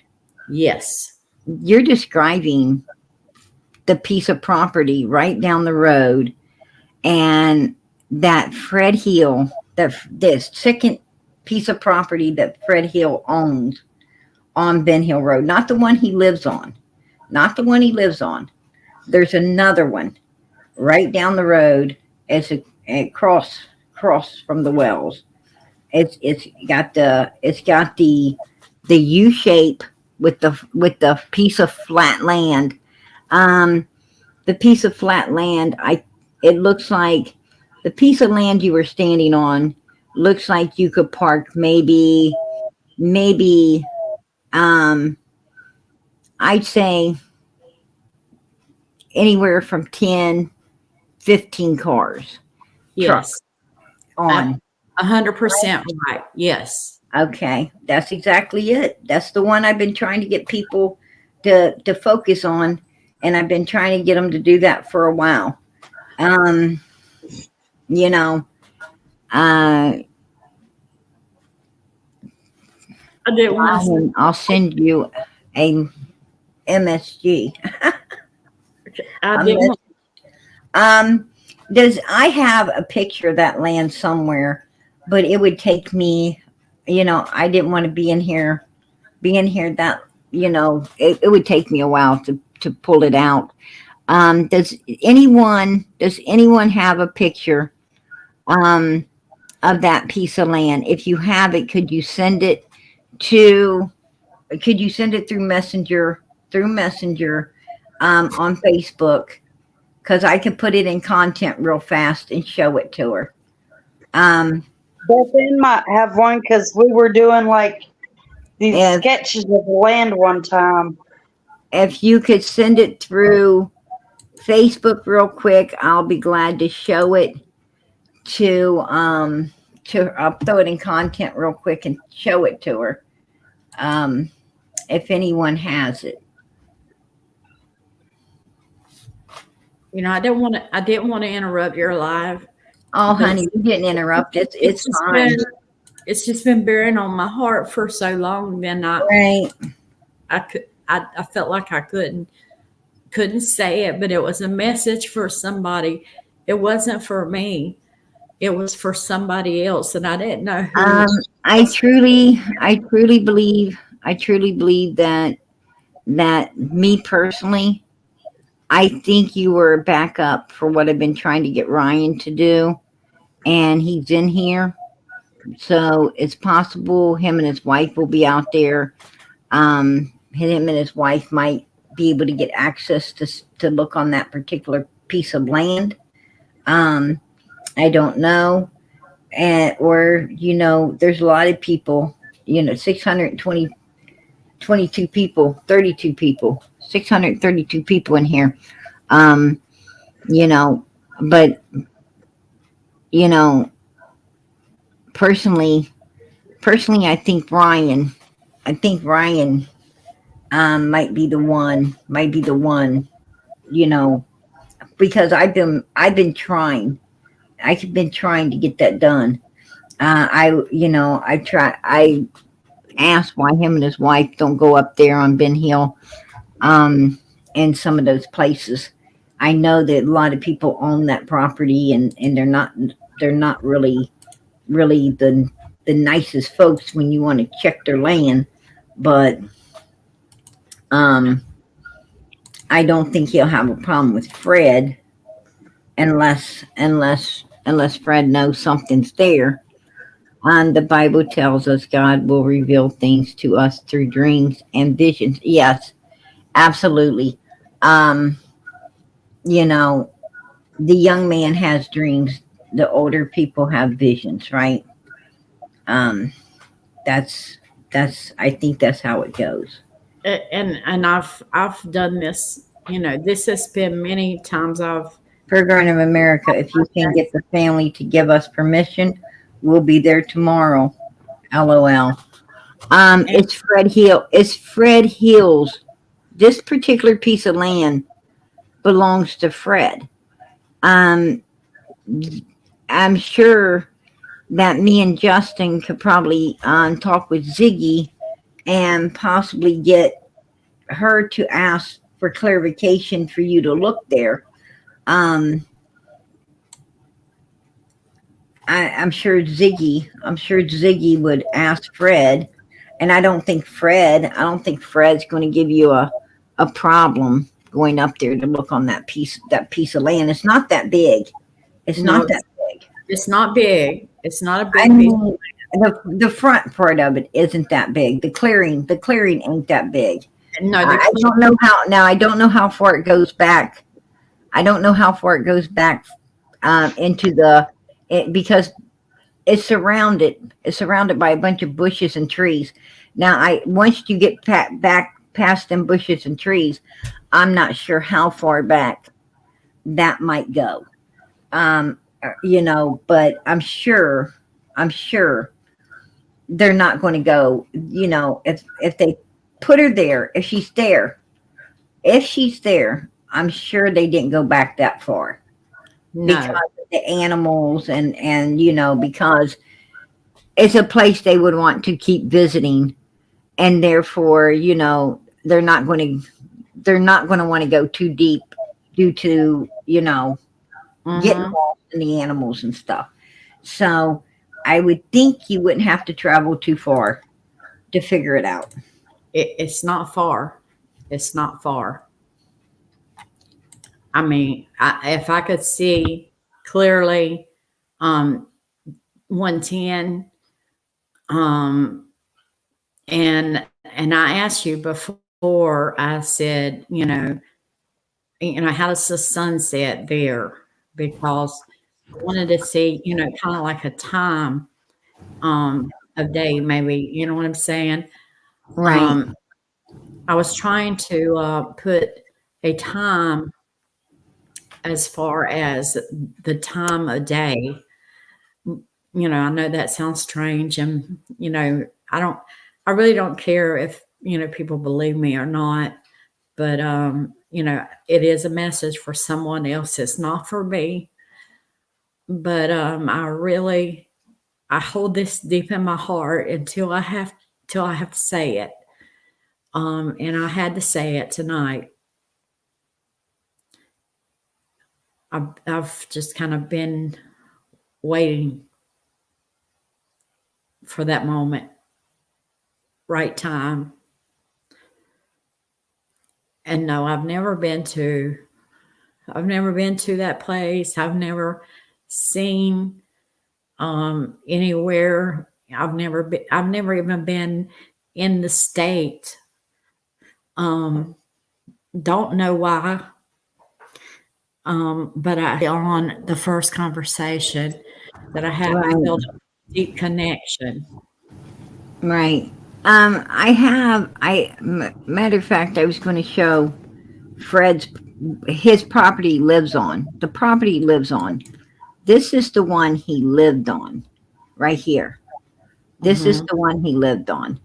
Hmm. Um, Up there, as you can see, this isn't it.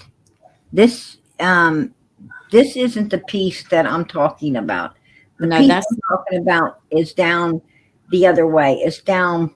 It's it's across the road and down from the wells. It's got these trees going around it. It's got um, grass. It's got it's like a grassy field out grassy from field is the only way I can explain it. It's a grassy exactly. field. And it looks like when the picture I saw, the grass looked mowed, and the grass also looked green. Yes, Um, it was green grass.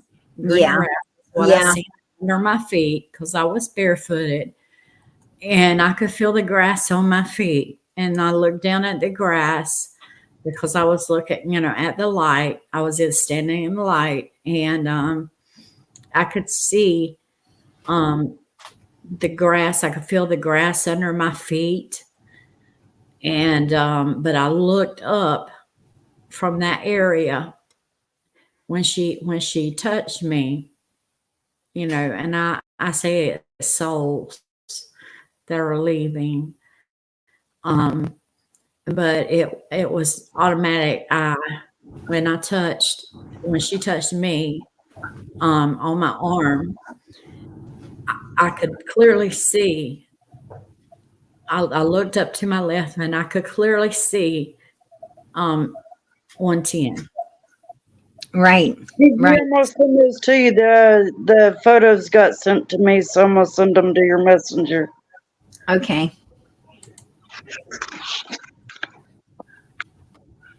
And I'm not trying to I'm not trying to seek attention. Trust me. I have Oh enough going no, on in my no. life. You know, um, it's amazing. It's amazing that you came up here, and um, you know, you ain't put it this way. You ain't really telling me nothing. You really ain't telling me nothing. Okay, thank You you. know, so that you're not telling me anything that I didn't already suspect, that I already wasn't looking at. So um you just basically like confirmed it. Right? You You know, there's always a that, confirmation. that's why I jumped in early Mhm. before you finished, because I wanted everyone to understand that, that I already, you know, knew what you were talking about before you even, be it kind of gave you a shock that I was able to tell you where you were standing, Yes. but this is because, right, this is because already have been looking, I already had my suspicion and been looking upon that particular spot already. And I've already been trying to get it to be checked. So, you know, um, that's, really strange. So for you to, um, okay.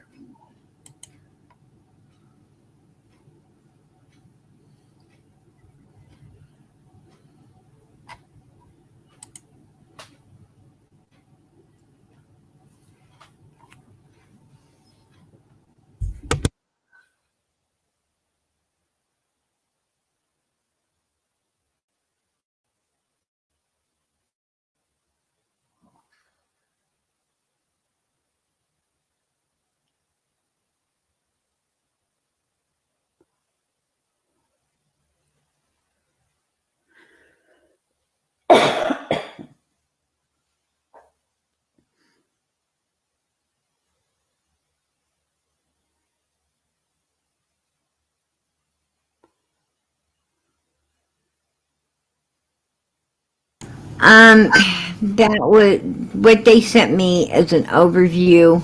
It's it's like looking through a 100 pane window, and you Can't really see it. you can't really no you can't really, you know z- zoom in on it. Okay. Um, I'm going to, if you like to come back up, God willing, I'll be here tomorrow night. But if you like to come back up tomorrow night, I will diligently try to find the picture of that particular piece of land so you can see exactly what I'm talking about.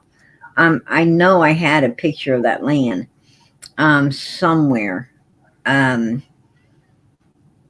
I'm going to try my best to pull it out. Um, and And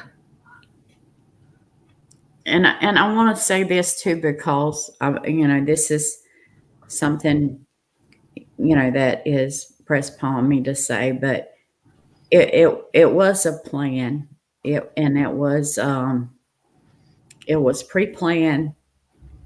They already knew where she was going to be put, and I lived through that, so I do know um you know a lot about what she went through. But it was already a place prepared. She was too ill. When she touched me, it was like she was too ill. Um, but she was happy, and I think that obviously I told you in one episode that the place where I was going to be buried, it was already pre-arranged. It was kind of how would I say this? I don't want to say, okay, it was already dug out and waiting to be filled, is all I can say without going into detail here on the live. But there are other things that I could say, but I'd rather not say it out here with everybody listening. But I can tell you it was prearranged, and this place was already going to be the place. It was not a hasty decision at the last minute like people think. Right. It was planned well in advance because there was something wrong. There was something wrong, and I think eventually, I think that they would have tried to send her somewhere else, but something happened. Something happened, and she became very ill, um, and was injured. I can tell you injury. And I can tell you there was also a broken arm. And if Justin is in the chat, he done one of the things that I was talking to about the two children around the Jacksonville area that was related. I was giving information at that time on, and his child's name was Lonzie Barton. I couldn't watch that because I thought if I hear his name, it would bring back all the things that I had helped with. But I did tell, while it was happening, I did tell someone that I could trust, that didn't think with all my traumas. I said, this is where, keep going here. And my therapist was telling law enforcement what I was saying. Right. What I was seeing as well. But because it was a search. And Wow. I didn't really want to go into that, but I know when Justin done that, I couldn't even look at it. I couldn't, because it tied up with Haley Cummins. But I could not, I couldn't talk about that because it was something that would put me, my feelings, it would have come out earlier about this. Because of the little boy, Lonzie. Right. And I don't know who's familiar with that case, but I was seeing things that I had to tell someone. And when I told my therapist, it went to law enforcement, and they were taking that advice about what I was seeing and where it was at. And I'm saying it because I'm giving a landmark. It is a landmark, not it is a person. Right. You're asking, was she drugged? I'm sorry, PG. So the landmark, did it turn out to be the right landmark?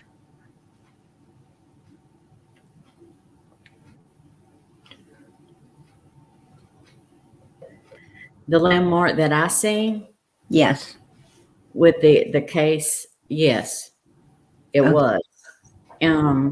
Even right down to the things that,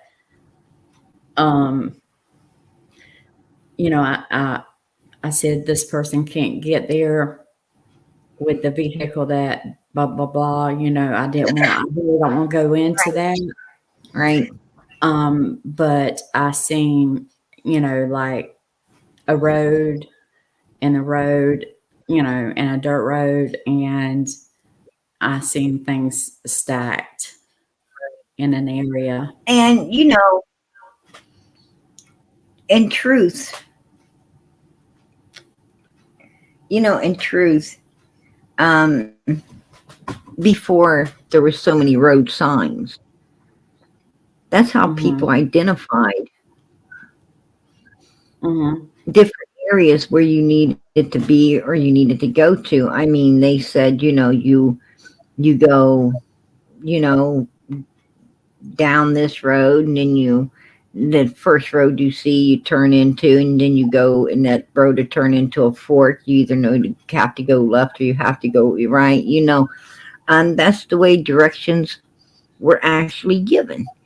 And and I think that's still, because people know where something happens to someone, people know the general area. And by you seeing, and that's the way, dreams, visions, whatever, that's how they work. That's how they actually work. You see, you know, different things, and it's those different things that you see that lead you to exactly what you're supposed to be led to. Um, Whether it be a house, or a field or whatever. That's how these things work. Now, I know a lot of people are, you know, um, don't believe, they don't believe in this. They're skeptics, um, in this kind of stuff. But you know, for a whole lot of us, we do believe. We do believe You in these know. kind of things. I'm not saying it always works out. I'm Mm-hmm. saying, you know, what I'm saying is, um, when you're looking, maybe if you're looking for a certain home or something, the right house, Mm-hmm. um, or something. It's not going. If somebody sees stuff, it's not going to be such a big deal to you, Right. whether it be right or wrong. But when we're looking for a missing child, like Summer Moon, Utah Wells, um, we must follow every lead. Um, and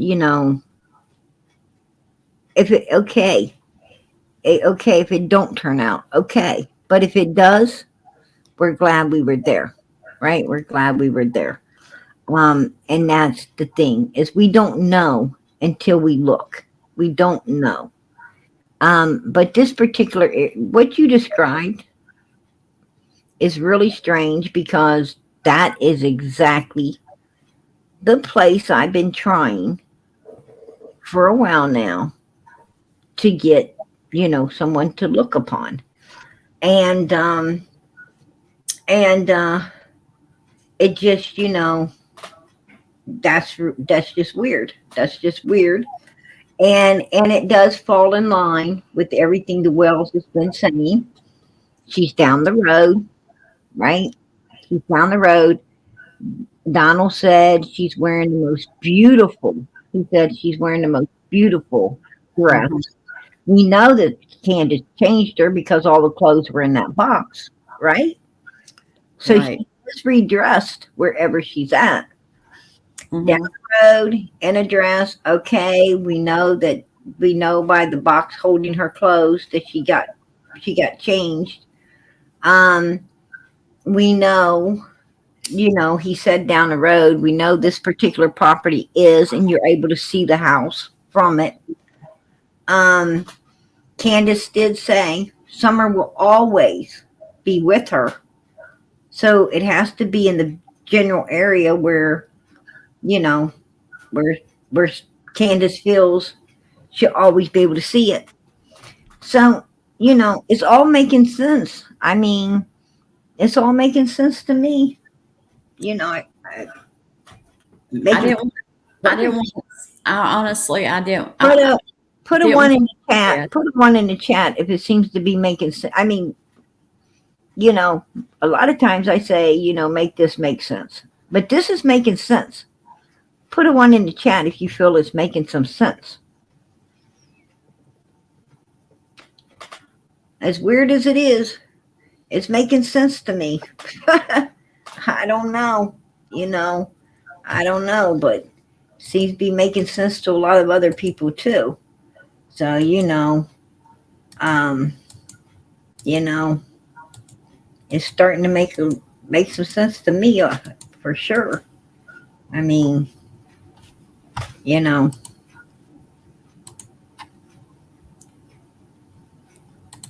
When Ryan on panel. when they ask about her, was her arm up? Okay, was her arms up like her and Candace said, she said that she, the way she said that, well, I want to see if she slept like her dad, or she fell asleep like her dad. She was wanting to know about, is her arm close to, you know is her arm okay? It was something to do with her arm. Okay, I'm telling you, there was something to do with her arm. And I feel like broken, and I think that is why it was covered up. But there was also other injuries, and I don't want to go into a whole lot of that because out here in the life. But I didn't know how to contact anyone that I was supposed to tell this to.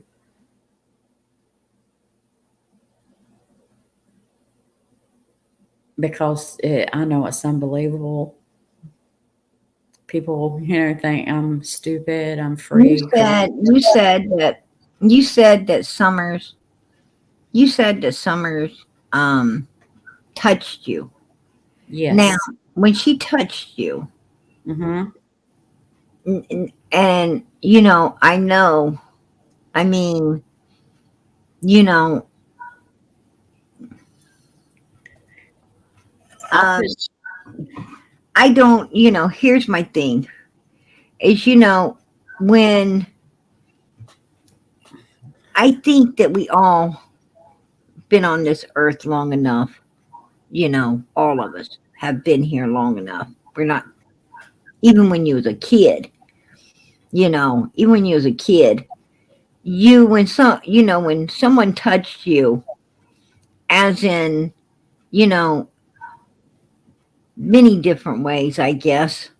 But when people touch you, you pretty much know, you learn early on what these touches mean, right? Like what I'm saying is, when you're, you know, for instance, if your back is turned and you're ready to, you know, you're saying some tough words and you're ready to give, another kid a good knuckle sandwich, and all of a sudden you either feel that presence or you feel that, you know, hand come down, on your shoulder or maybe the back of your neck.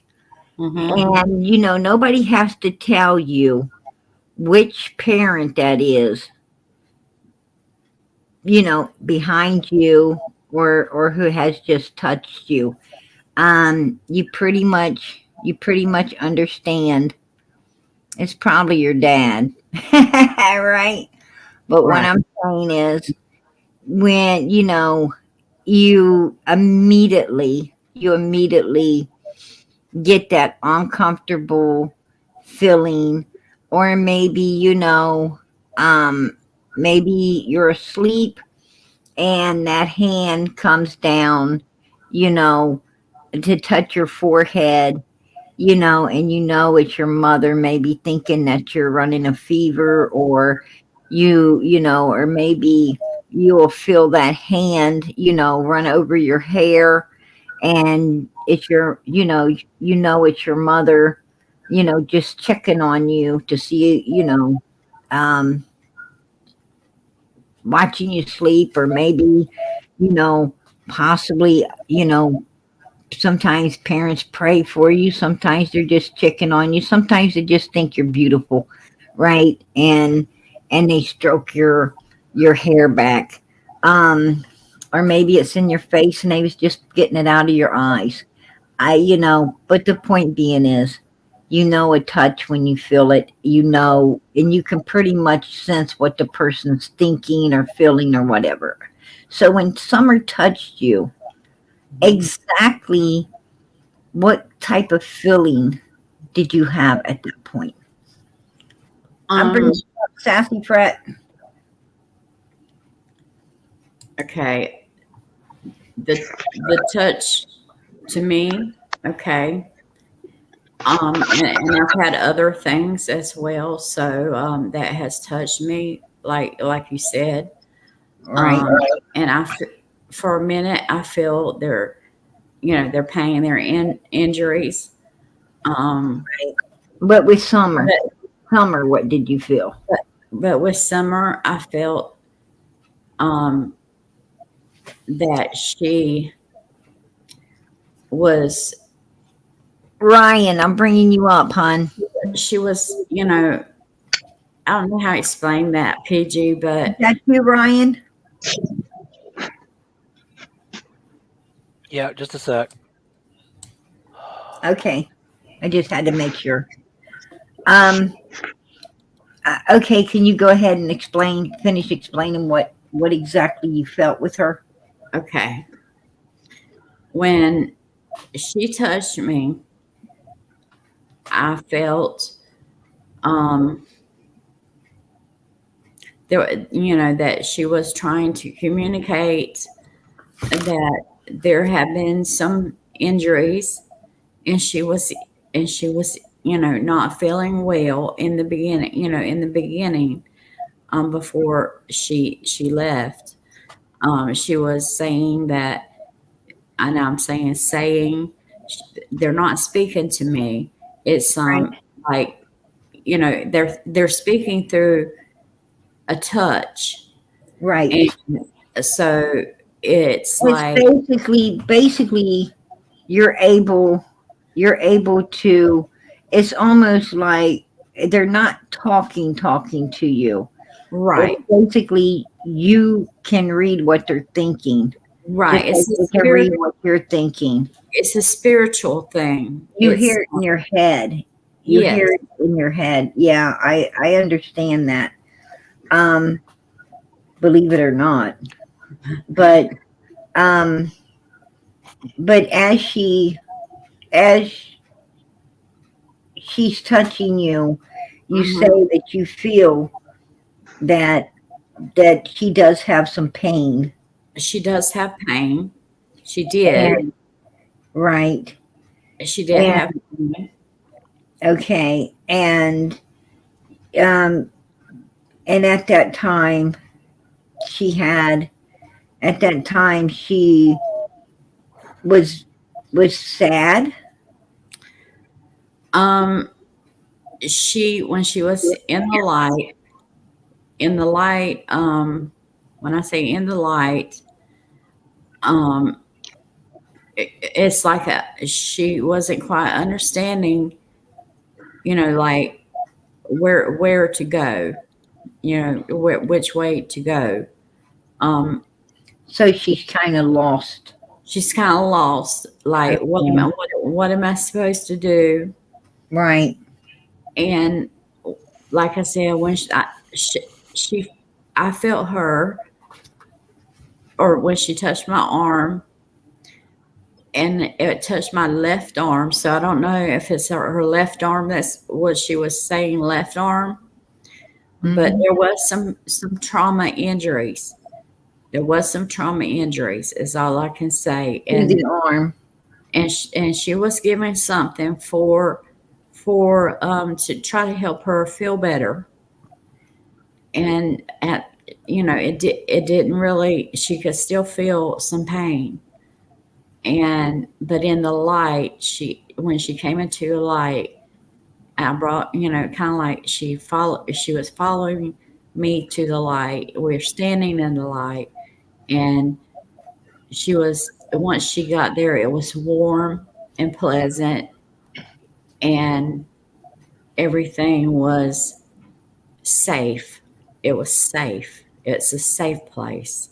I said, it's a safe place to And she be was there. happy there She was very happy. She was happy. when And she was in the light with when she you was in the light with me, yes, she was very happy. and feeling safe. And she was feeling safe. But before this, she was She was, lost. she was lost, She was injured, injured, and hurt. Hurt is and what she was saying. Hurt. she Um, was hurt as in was she hurt as in heartbroken that this has happened to her, or was she hurt as in physical pain? Physical pain, trauma. There was Okay. physical pain, trauma, Okay. and I can tell you, she felt lost. Did she feel betrayed? Yes, That's the word I was looking for. and I know that people think you're putting that in there, but no, she did feel betrayed. Like, why am I here? And why did this happen? Was Right. was the kind of thing that was I was feeling through her, was why did this happen? And I said I could not give that answer. I could not give that answer to her, but I could feel her pain. Now, when you felt her pain and her, when you felt her pain and her anxiousness and, and her confusion and all of these things, Hmm. um, did, did you feel, and when you felt she felt betrayed, did you feel at any time that, that this was an accident, or did you feel that it was that she knew who had done it? Um, it felt like she knew who did it. Okay, Um, that someone had been with her when this happened. Um, right, she was not alone when this happened, right. and she was feeling um, betrayed in her heart. Her heart was feeling, like unloved. But when she came to the light, there is love in the light. And Now, when you left her, was she still in the light, or did was no, she was back where she started from? no, when she came into the light, and I have more other people that came into the light as well. She actually, she just kind of floated up into this, into further into the light where I couldn't touch her anymore. Cause I said, you're safe in the light. This is where you need to be, Right, and it's a better place. right, Um, you don't feel pain here. And she was, once she got to that place, it was not painful for her, and she was ready to feel the warmth. she And was ready to adapt to the light. yes, I didn't have to say, it's safe. It's safe. Okay. Now these other people that you're talking about that were coming into the light, Hmm. um, the did you feel that that they were childlike, or did you feel like they were, what I'm saying, did you feel like they belonged in the light, or no? Yes.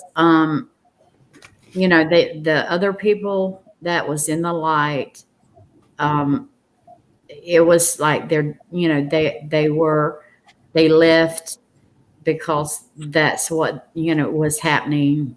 Nobody caused what was happening. They were just ready. In other words, what They I'm were trying to say, so they were already being called to the light being called to the light. that you were in. Yes, Okay. they were Okay. being called to the light. Understandable. Understandable. But I was, like I said, I did have the life after death, and I was in the light then, and I was horrifically injured. I should not have lived through it. Right. Um, but Oh, my so when you had all of this happen to you, it was at a state of time at a time and Mhm. state where you yourself was on your way out. um, I could relate to it, PG, Right. because when I was a child, the same age that Summer was, and someone had done some really bad things that I was broken, and when I say broken, very very bad injuries that Right. I didn't go to a hospital, but I was taken care of by my grandmother that had experience, um, and she didn't have a way to phone for help. Right. She was trying to stop all the bleeding that I had, Right. um, stitching me up. Right. I Yeah. understand. I understand.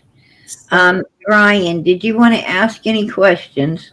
I I mostly I hesitated to come up because I promised a while back I wouldn't come on panel Right. on any channel, not just yours. But listening to CJ brought back a lot for me because as we've been doing this, I've gotten phone calls from people Right.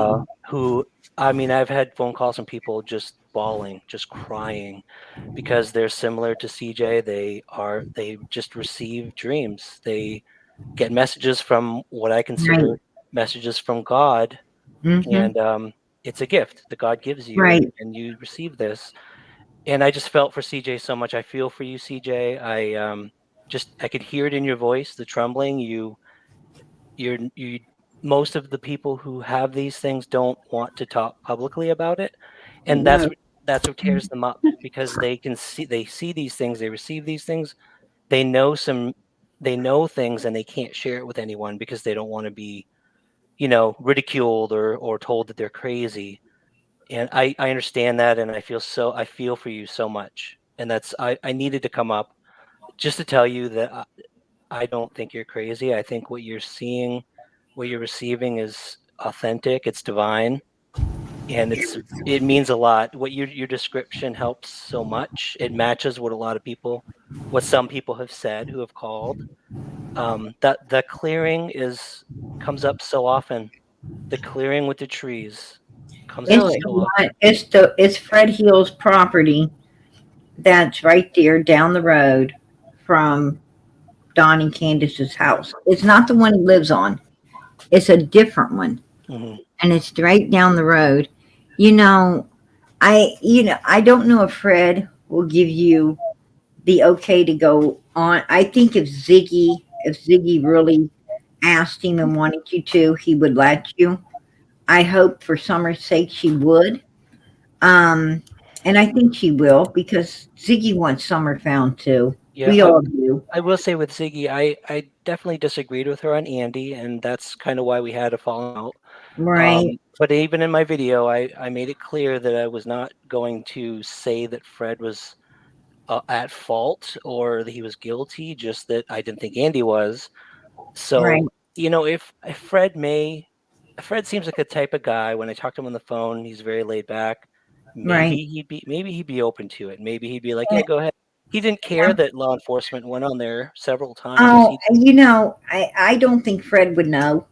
To be honest with you, this is something I think. This is something I true because Fred don't use that property at all. He lives on the other one. He don't even, he don't. It's just like he owns it. That's it. It's not. It's not a. It's not a place that he, It's not a. What I'm saying is, it's not nowhere he spends time. Mm. So I don't think he would, And Don and Candace and them, they know this. They know that Fred stays busy, quite busy on the other property, and that one's just there. So I would not think he would know, what they. I believe they would do that and not ever tell him. But I I see what do you're think saying. it. Yeah. I think it's worth looking into. To I, be I honest, I did have a question for CJ when you were talking about the bubbles. Yes. Did you sense water that you were or she was in water or in any sense? No. Okay. No water Okay. at all. It was a dry area. Like I said, this field, it was flat enough that it was not a big field, but maybe you could plant like a small little garden or something. Um, I it's live big in enough. but The it's flat. the It's flat. clearing, there's trees all the way, but toward out, if you're on Right. the road, if you're on the road going down Ben Hill, you're on the road. It, Hmm. you'll see it is, I don't, when I saw it, the grass was cut. I don't Right. know if the grass has grown up now or not, but Well, there was grass and it was not high when I no, see. it looks like a lawnmower was taken over it. Right. And it was It was all cleared green. out. It was cleared out to the tree lines. So Um, PG, I thought the first property is pretty clear. Like that's a big clearing. um, The second one further down the road is really closed in. I didn't realize there's a clearing in there. there's like a C shaped clearing. It's like it's it goes in like a U shape. You could park maybe 10, 15 cars in there on this clearing. Okay. Um, if you wanted to, that's about how many would fit in there. Um, Uh-huh. and it's got trees surrounding it all the Surrounded. way from the road there's trees and bushes going all the way back and around, and it comes back out, the trees and stuff, bushes. It's like a U shape. And now once you get past the trees, back past the trees, which would be my suspicion. I mean, I hope they're not stupid enough to put her right there, because that would sink and you'd be able to tell. But now back behind, I don't know how far back he owns into the you know into the forest like area behind the trees and everything, behind the clearing. I don't know how far back he would own, but I would say if they did put her somewhere like that, they wouldn't have went too far back due to the fact that they want to know where she's at. No, So they it's wouldn't not. go too far back to put her somewhere in that Uh-uh. general area. Um, You're right. You're 100% right, PG. That's what. so and that is a area, that is the property I've had. I've been trying. I've been talking about this property for a while now. Hoping someone would get up there and check it. I wouldn't think Fred have any idea. The Wells know people like the Wells learn real fast, um, where they can put something and where they can't. They learn real fast who owns what, how much they occupy it, if it can be used for certain things to their advantage. Um, they're very damn um, adamant about learning everything about other people's lives, because they seek to use people to their advantage. And So with that being said, they were, Don did seem, he did seem, if you took note, to try to keep Fred occupied in the beginning of all of this quite a bit. And that could be to keep him away from that other piece of land. That could be, because it's going to need time, to be able to, you know, heal, to heal from possibly what they have done on it. Is what I'm saying. To not no longer look Yeah. like what was done had been done.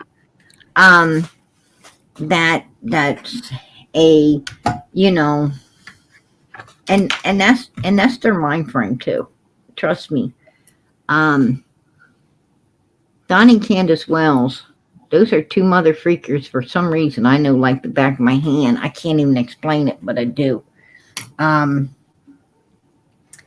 but that is the piece of land, you know. Um, Is I wish he CJ? would go there. I wish he would go there. And I mean, even if Fred don't let you on it, I still wish he would go there Yeah, I and just you know and just get the feel, you know, the understanding of all these people. Myself, this lady, the other people you said has been calling. Just go there, get the feeling, we and yeah we we and I def- mean, what I'm saying is, I think if you went there and you really got the understanding of what we're trying to say, um, the feeling for yourself, you might even be able to reach out and persuade um, law enforcement to to just bring in some search dogs. Just bring in, to just search it. Just you know, please just search it. yeah. That's it. I mean, what is it going to hurt? Well, there are people in chat willing to bail me out, so I guess that might help. That's right. I And I promise you, they would. I know. I'm sure They they will. really would. We They have really been. would. You're But right. I don't think that would be necessary. Fred seems like a really nice guy. He's really trying to, right now, I think for a long time he's been trying to do what he could for Summer. I think he really, I think he really, um, you know, is, I think he really is bothered by, all of this as well. I think it does disturb his life in many different ways. Um, of knowing this child, seeing this child, and then this child, um, this happening to the child, and I think, I think there's a lot of people. I think there's a lot of people that what Summer found, and I do believe Fred's one. There's so many. What I'm saying is these people that actually knew her, that actually seen her, that actually you know seen the life in her, that is now vanished, vanished away with whatever has happened to her. And I think Fred has a need to know. I think all of us have a need to know. But the people close like he was, I think have a greater need because, you know, forever, forever he's going to hear her voice, forever he's going to see her running and playing, forever there's memories there Mhm. that maybe he could have done more to save her and didn't. And I think with that alone, he really wants to help. So I don't think he's going to say no. I don't. And if the Wells done something like that on a piece of his property, oh my gosh, um, that would be horrible. That would be absolutely horrible. I'm not going to say that. A couple of people in the chat is asking questions about the injuries and why would they do what they did or whatever. Summer was valuable to Don and Candace. I don't believe that they wanted to. I think that she became very ill at some point and very weak. But there also was some kind of anger involved. But before before I don't know what the anger was about. I didn't hear about the anger, but there was some anger involved with someone. I can't tell you who that someone is. I can tell you that, you know, I think in the long haul of things that she would have been very valuable. And I really don't think that John wanted to get rid of her for more reasons than one. I think, you know, she was valuable as far as money is what I'm trying to say.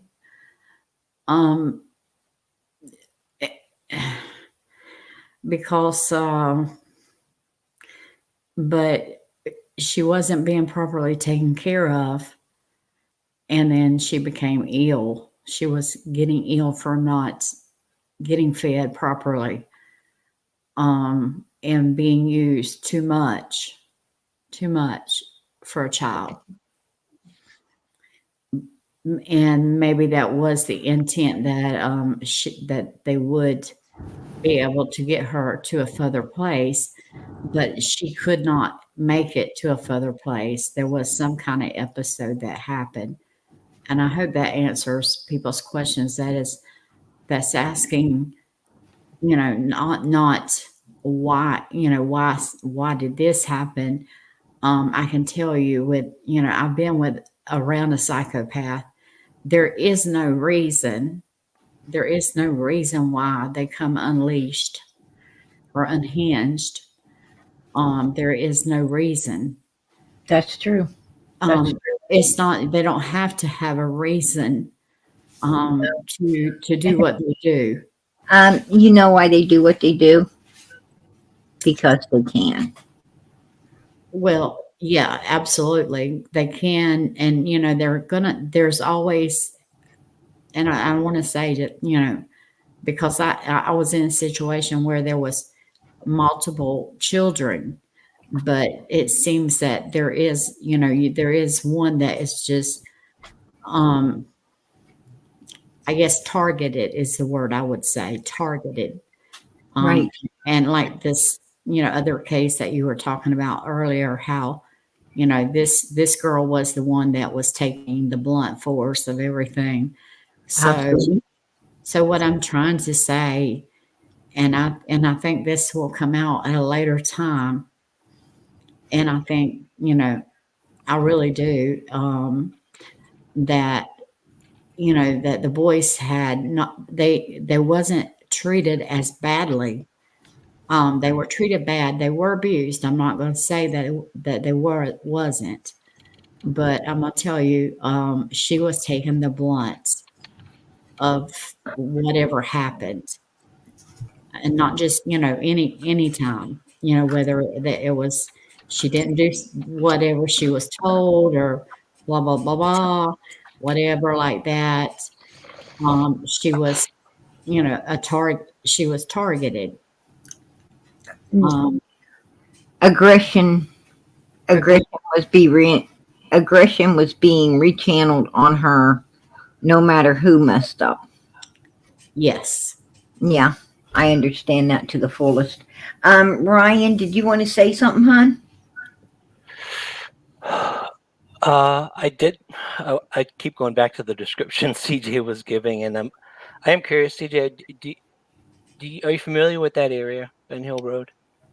I can tell you, I've never been in that area.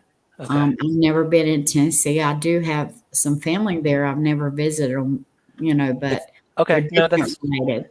it's better if you didn't. That's good because Yeah, I don't have an idea even where it's at. yeah, when you saw the house in your dream, Hmm. were you looking uphill or downhill? And how far did it seem to you? I would uphill, not behind, it was definitely uphill, and in distance, it really didn't seem that far. I don't know in distance as, was it a mile? No, it wasn't that far. It was closer probably than a mile, I would say in a mile range, is what I feel like. It was close enough that they could stand on the front, the porch, not the porch, but their property, Mm-hmm. and they could look down and see her. So there was, it was visual. You know what I'm saying? Like Yeah, definitely. they would be able to look down to see if there was anyone in that area. So, as a distance, I wouldn't say 2 miles, probably a mile, maybe a mile. Cause you know what I'm saying? As the crow flies, I don't want, you know what I mean? As the crow flies is different than going by road. So I'm not familiar with that area. So I don't know the distance of where this, but it's close. It's not far away, you know. So in other words, what I'm trying to say is they could look down and see it, but at the same time, in her eyes, it wasn't the whole house. I couldn't see the whole house, but I could see, the, you know what I mean? I guess what I'm trying to say, the outline, not like the roof line, kind of sort of like, so I guess to where I knew that was, okay, that's where she came from. So I can't tell you I could see the whole house. I'm not going to put that out there that I can see the whole house. That that's Fred Hill property. I'm telling you, Yeah, it that sounds like is it's in the Fred. neighborhood. That is Fred's property. It's the property. I I don't know what else to tell anybody. That's it really needs to be looked into. It really does. And I'm going to tell you, people said, is this going to be pre-dug? Absolutely, Yeah, absolutely. It whatever happened to summer, June 15th, 2021. Trust and believe me, it was premeditated, pre-planned, carried out. Yes, everything was already in order. Everything was already in order. No doubt. No doubt. Where here's my thing. If this if this is the scenario, if this is the scenario that took place, absolutely, absolutely, they already had been on that land. They already had that spot ready, and they immediately, that's where she went. Well, you know, like Candace had a post, right? Um, you'll be in my trunk while I'm out, help search for you, right? Well, let me tell you, pretty much that's where she'd have been during the whole search. Um, Absolutely, it would have already been, you know, because they knew no one's going to be going there, right? Nobody's going to be going there. Where they're going right. to be is everywhere else. But these people need to search their stuff. Well, Brett ain't going to search that because why? Why would he search that? It's just nothing. It's nothing. Something you're not going to think about, right? It's something you're not going to think about. You don't have no shelters or houses or any. You don't have nothing on there to check, so it's not going to be checked. Perfect, right? Perfect. PG, did you get those last two or three photos that I sent you? They're clear, so. Yeah, I got them, but they still, I know I know I've got pictures of that somewhere. So I'm going to try to pull those out and show them tomorrow. Um, I'm gonna pull those up. I hope CJ's here tomorrow evening, God willing. We meet up here um and CJ can take a look and yes, that's what I seen. This is it or isn't it. Um, in the meantime, I hope Ryan, is game to since he's heard this already. I don't think you're going to hear this from so many people and not check it out, right? PG, Not we look it we over, we have we have a team of people who are prepared to go in there. I will not do it illegally. So right? I understand if we that, can get permission, we will go in there and do what we can. But and best I can do. and I think I know me and Justin will try to do everything we can to. I know Ziggy would want to help. Ziggy would want to help, and I'm sure Fred. I mean, if they did something like this to Fred, I'm sure Fred would want to know it, right? He'd want to know that. So I don't think you're going to have a problem getting a clearing to do so. Just saying. Well, I didn't want to. I What I'm really. saying is there's going to be a whole lot of people out here very disappointed if you're not going to get that clearing, right? Mhm. They're going to be very disappointed. So, I'm just hoping it can be done. And if Fred don't want it checked, then that's going to make me even more suspicious. And therefore that's going to have to be turned into law enforcement. And law enforcement's going to have to go look. Yeah. CJ, if you're open to it, I would love to talk to you offline sometime.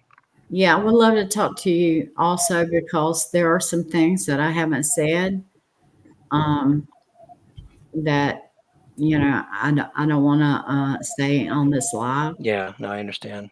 and it's a little bit hard for people people A to little triggering. It's a little triggering. it could trigger. It could Yeah, trigger, absolutely. and I don't want to do that at all.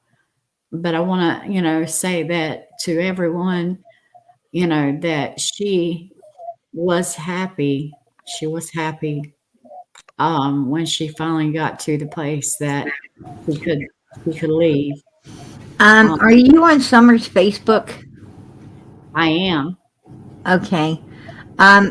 You, Can you hit me up through chat? yes, ma'am. I sure can.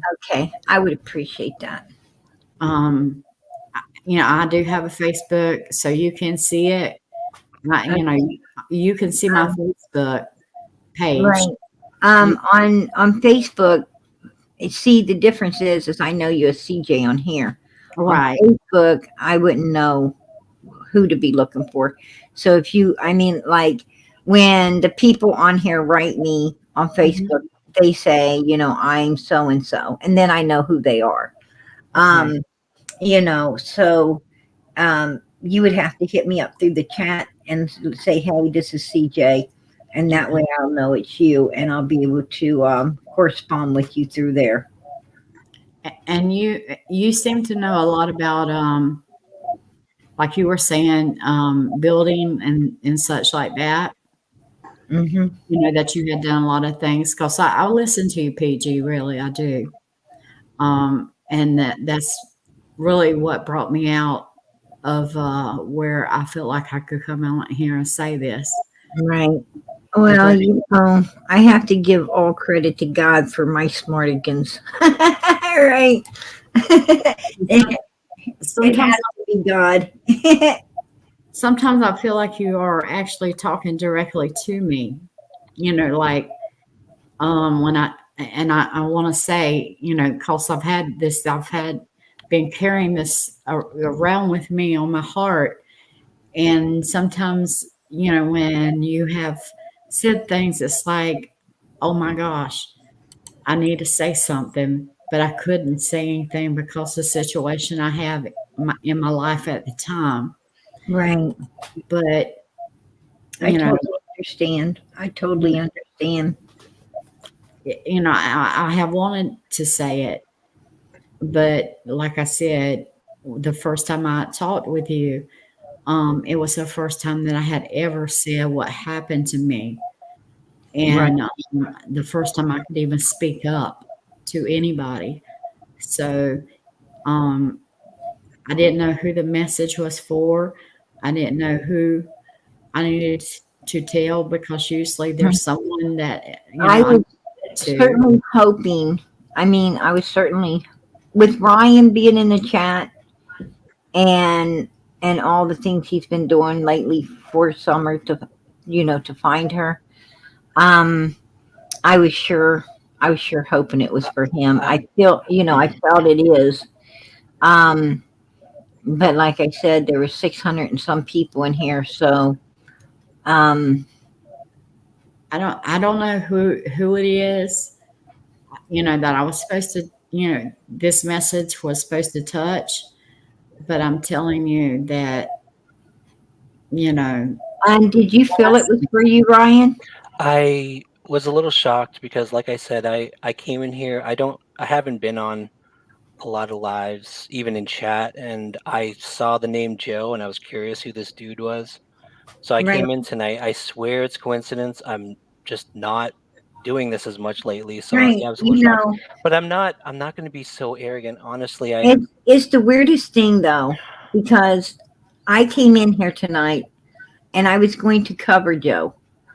yeah, And with everything, and like everything went into left field, right? It went into left field.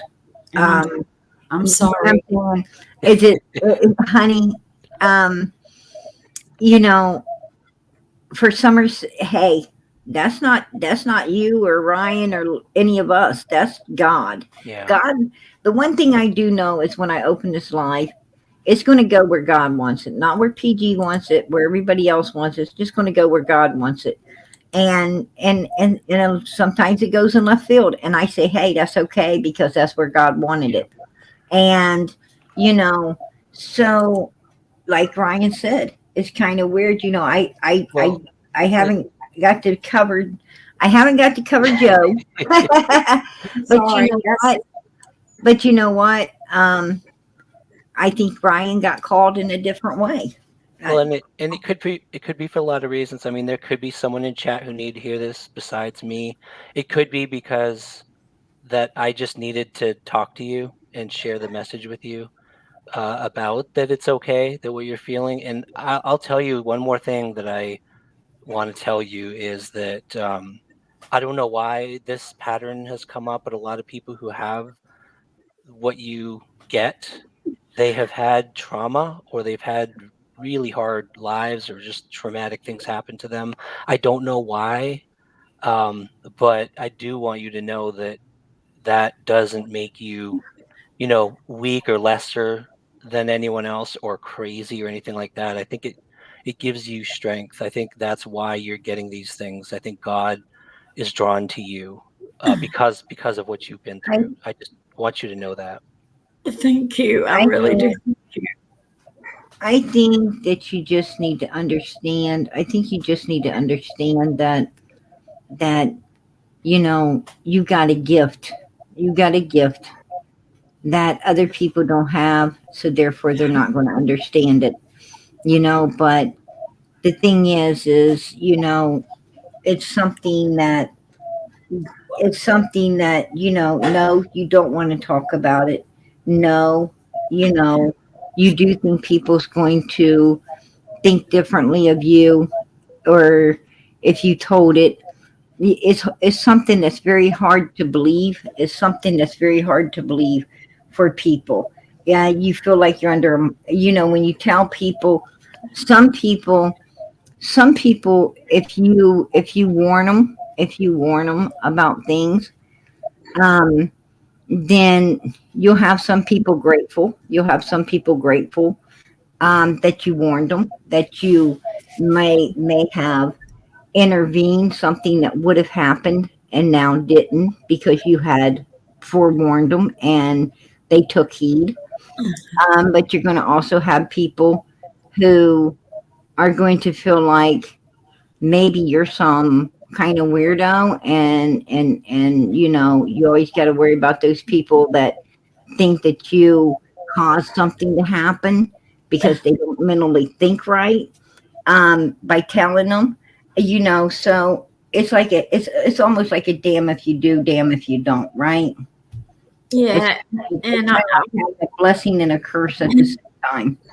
right, and I felt that way my whole life because, like you said, it feels like a blessing, but or people thinks it's a blessing, but it almost feels like um you don't want to tell, you don't want to say it, and it's hard to say it.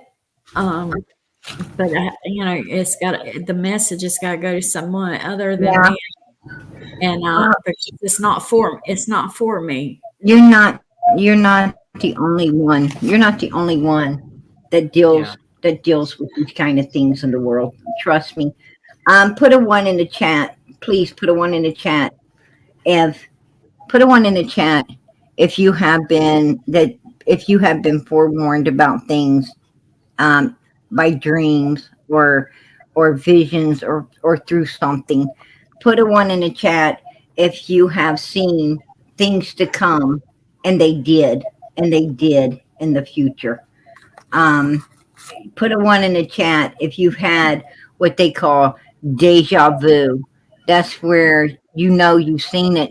You're somewhere and you've seen it before, and you're like, oh wow, you remember.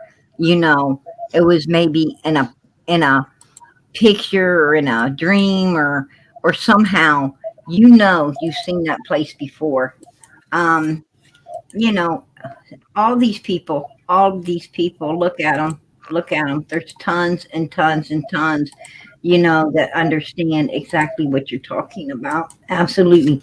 Now, Ryan, I Thank, think thank you all for not making me feel like I'm coming out here exposing myself. it's my opinion. It's my opinion that Ryan got put in here tonight to go and look, try as hard as he can, do what he can to go and search this piece of land. So, I mean, if summer ain't there, okay, we're still, it didn't set us back, right? We're still at the same place we was. But if she was there, oh my goodness, oh my goodness, and so many people, like Ryan said, this lady, I've been trying to get him to go there. This lady comes up tonight wanting him to go there, and and then we find out there's many other people who have blowed up his phone talking about the same exact place. You know, Really, Ryan, if that is not, if that is not a sign for you to get on that land and see, I don't know what is, Yeah, son. I've been trying, PG. it feels so overwhelming in my heart. It really does. Like it's just almost to the point like I want to tell my husband, "What can you take me so I can find this place?" Um, Right, even though it's far away from me, right, and because he doesn't discourage me, but he does know what I see, and he has been witness to what things have happened. right. But so I said he said just don't tell anybody, and I'm like, but it's this little girl needs to be she needs to be found. Do you live far from Bentonville, Ryan? No, I live within 30, 40 minutes. Um, I mean, I am going to do my best to find a picture and send it to CJ of that particular piece of property. But if you could pop, if nothing else, go out there and snap a picture of that particular piece of land right there, it would be greatly appreciated. Yeah, I could see if it, Oh, it is. It is. Trust me, it is. it, Me and you are talking about the exact same piece of land. it just Absolutely. it's just better, it's been a I, while. I for a long time, thought it was somewhere else. I thought it was someplace else. This piece of land.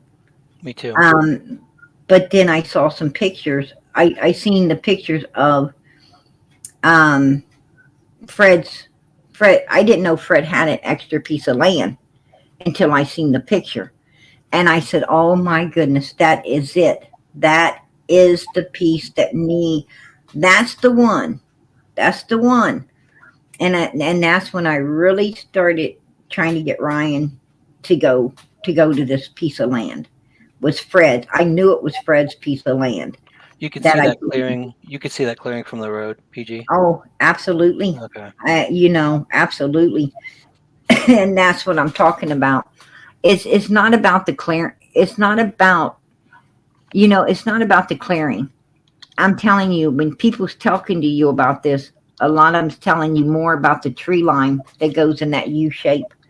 They're telling you more about what they're really remembering is that is surrounded by these bushes and trees Right. behind the clearing. That's what they're trying to, they're focusing on the fact that it's closed in. It's closed in like a U shape. Um, That is exactly what I seen. exactly. That And and he knows the other people talking to him, telling him the same exact thing. Right? They, Yeah. they was on that bush and tree line. How it was, how it was shaped. It was shaped. oh, That really? land, that piece of land is, it's really worth looking at. That's all I got to say. That's I all think. I got to say. See, Now, Joe is a guy at the church. He was at Summer's birthday party. His name is Joe Wells. I'm going to show a picture of him because that was what was in my title tonight. Hey PG, I'm gonna pop off if that's okay. Okay, sweetie. I Thank appreciate you. it. You are going to try to get to that, right? Yes. Hey, I appreciate it. I All really right. do. Talk to you Keep later. us informed. I Keep will. us informed. I appreciate it. Thank And you so God much. bless. Much love. This is Joe up here talking. He says that he is going to be riding in on the white horse. He's going to be the knight riding in on the big white horse that's going to find Summer. Now, Joe, listen, you're going to have to join up with Ryan and ride out there to Ben Hill Road on Fred's, not the property he lived on, but the other property he owns, and take a look-see. Take a look-see. And then I'm not saying for sure, because nothing's for sure, right? Nothing's 100% until you find it. But there's a good possibility, Joe, that you may be the one in the crowd that's led to it if you feel you're so going to do it. So I don't know. I don't know. But Joe, if you don't, Ryan probably is. So, let us let us let us pray that this piece of property is definitely looked over real quick. Don, Candace, if you've done anything on that property, it's about to be found. Right?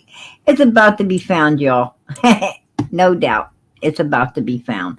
Because these people bring in search dogs. Whether you know it or not, they will bring in search dogs.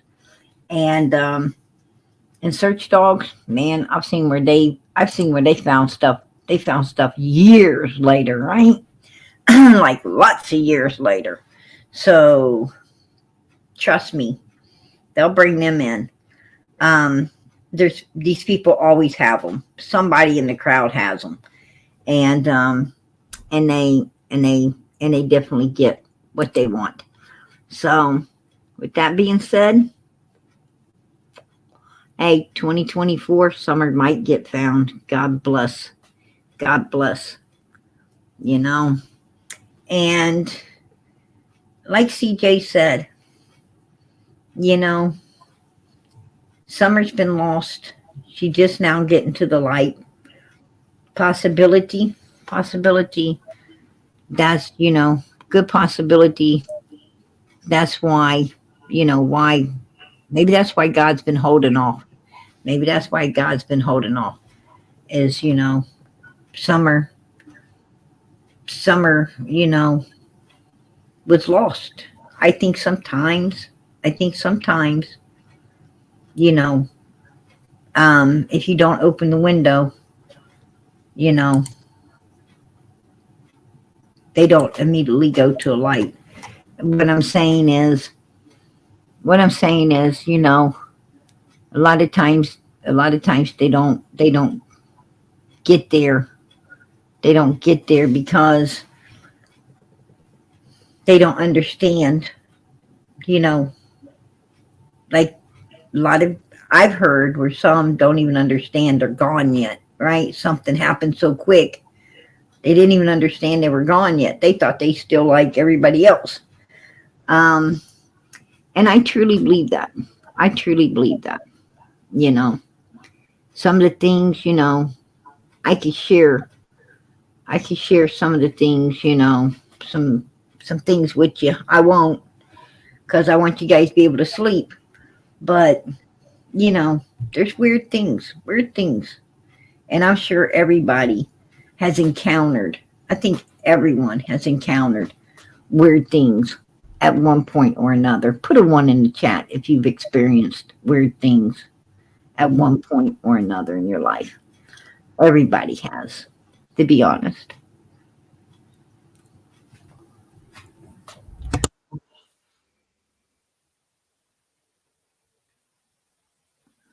Well, I guess I lost PG, but I was going to tell her goodbye, good night. There you go. I know you didn't lose me, hon. I'm right here.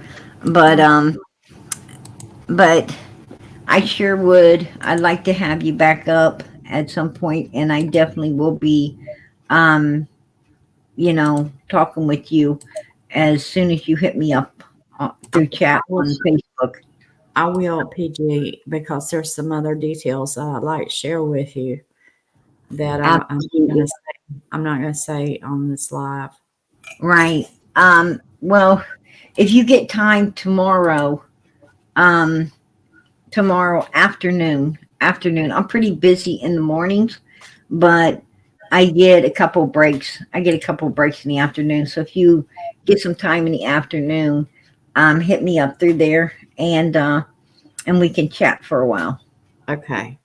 I appreciate that. Sure. All right, you guys, listen, I know what was in the title tonight was Joe, and I want to talk more about, Joe, more about, um, more about this church, more about, you know, the people surrounding Summer's case that we haven't really, we have discussed, but not overly discussed. Oh, I lost her. Good night. God bless and much love, CJ. Um, anyway, it was a pleasure having her up here tonight. And we got in left field, and hey, that is okay because that's where God took us. and he took us there for a reason. And I think it's because this piece of land is way overdue to be checked. I truly believe that. It really needs to be looked over. So much is leading to it. So much is leading to it. And even people's dreams, right? Even people's dreams. So, um, what I got to say is there's a there's a lot more, you know, to look into and to discuss in the surroundings of Summer's case. So tomorrow night, God willing, tomorrow night, um, we'll cover what we didn't tonight. We'll cover that, and hopefully, I'm able to get the pictures of this piece of land so everyone can, so all of you will be able to understand what me, CJ, what we're talking about, and I guess other people that other people hitting up Ryan. He said it himself. They're ringing his phone off about it. So, this ain't, this ain't. CJ ain't the only one that that's being led to get Ryan to do this. And I know I was, before she ever came up, we've been trying to get it done for a while now, right? I've talked about Fred's other property a lot lately, trying to get it checked. So I will talk to before you're live tomorrow. Oh, I appreciate that, CJ. God bless. God bless. But yeah. Anyway, I want to let everybody get some rest. PG certainly does, right? I got to be up bright and early, work. And I'm going to try to hold off on my morning break so I can have a double break in the afternoon, hopefully to talk to CJ and get more information and so forth. But yeah, and this was a very interesting night, to say the least. This was a very interesting night, to say the least. But I'm going to have to say good night. God bless. Much love to everyone. And I appreciate each and every one of you being here. I always say, God don't put our feet anywhere that they're not supposed to be. So he put your feet here tonight for a reason.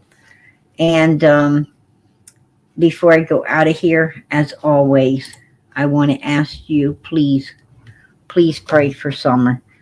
This baby needs to be found. Michael Vaughn needs to be found. Let us pray that Harmony gets the justice against these evil beings. That let her get the justice against these evil beings that she deserves to get after what they have done to her. There's so many children going through so much, and none of them deserve to be going through any of this. So let us pray for all of these missing children, all of these children who are right now in the process of getting justice, that they do get it, because these people don't deserve to be out here where they could possibly hurt another child. They don't need to be out here. Our children need to be safe. All children need to be safe. So, but pray for Summer. I ask every night. I will not leave here until I ask you to please, from your lips to God's ears, in the name of Jesus Christ, please, before you go to bed tonight, fold your hands, bow your head, and pray for this baby to be found in the name of Jesus. I also ask that you pray for one another. There is so many people needing prayer in here.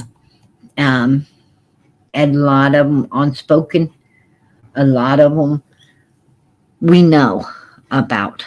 So please don't pray for somebody, pray for everybody. I don't know what anybody in here needs. but I know God does. I know God does. And I pray in the name of Jesus that He answers all of our prayers. Amen. That's how quick you could pray for everybody in the name of Jesus Christ. But please send that special prayer up for these missing children who are needing to be found, brought home, and justice served on their behalf. Send those special prayers up, please. Good night, everybody. God bless. Much love.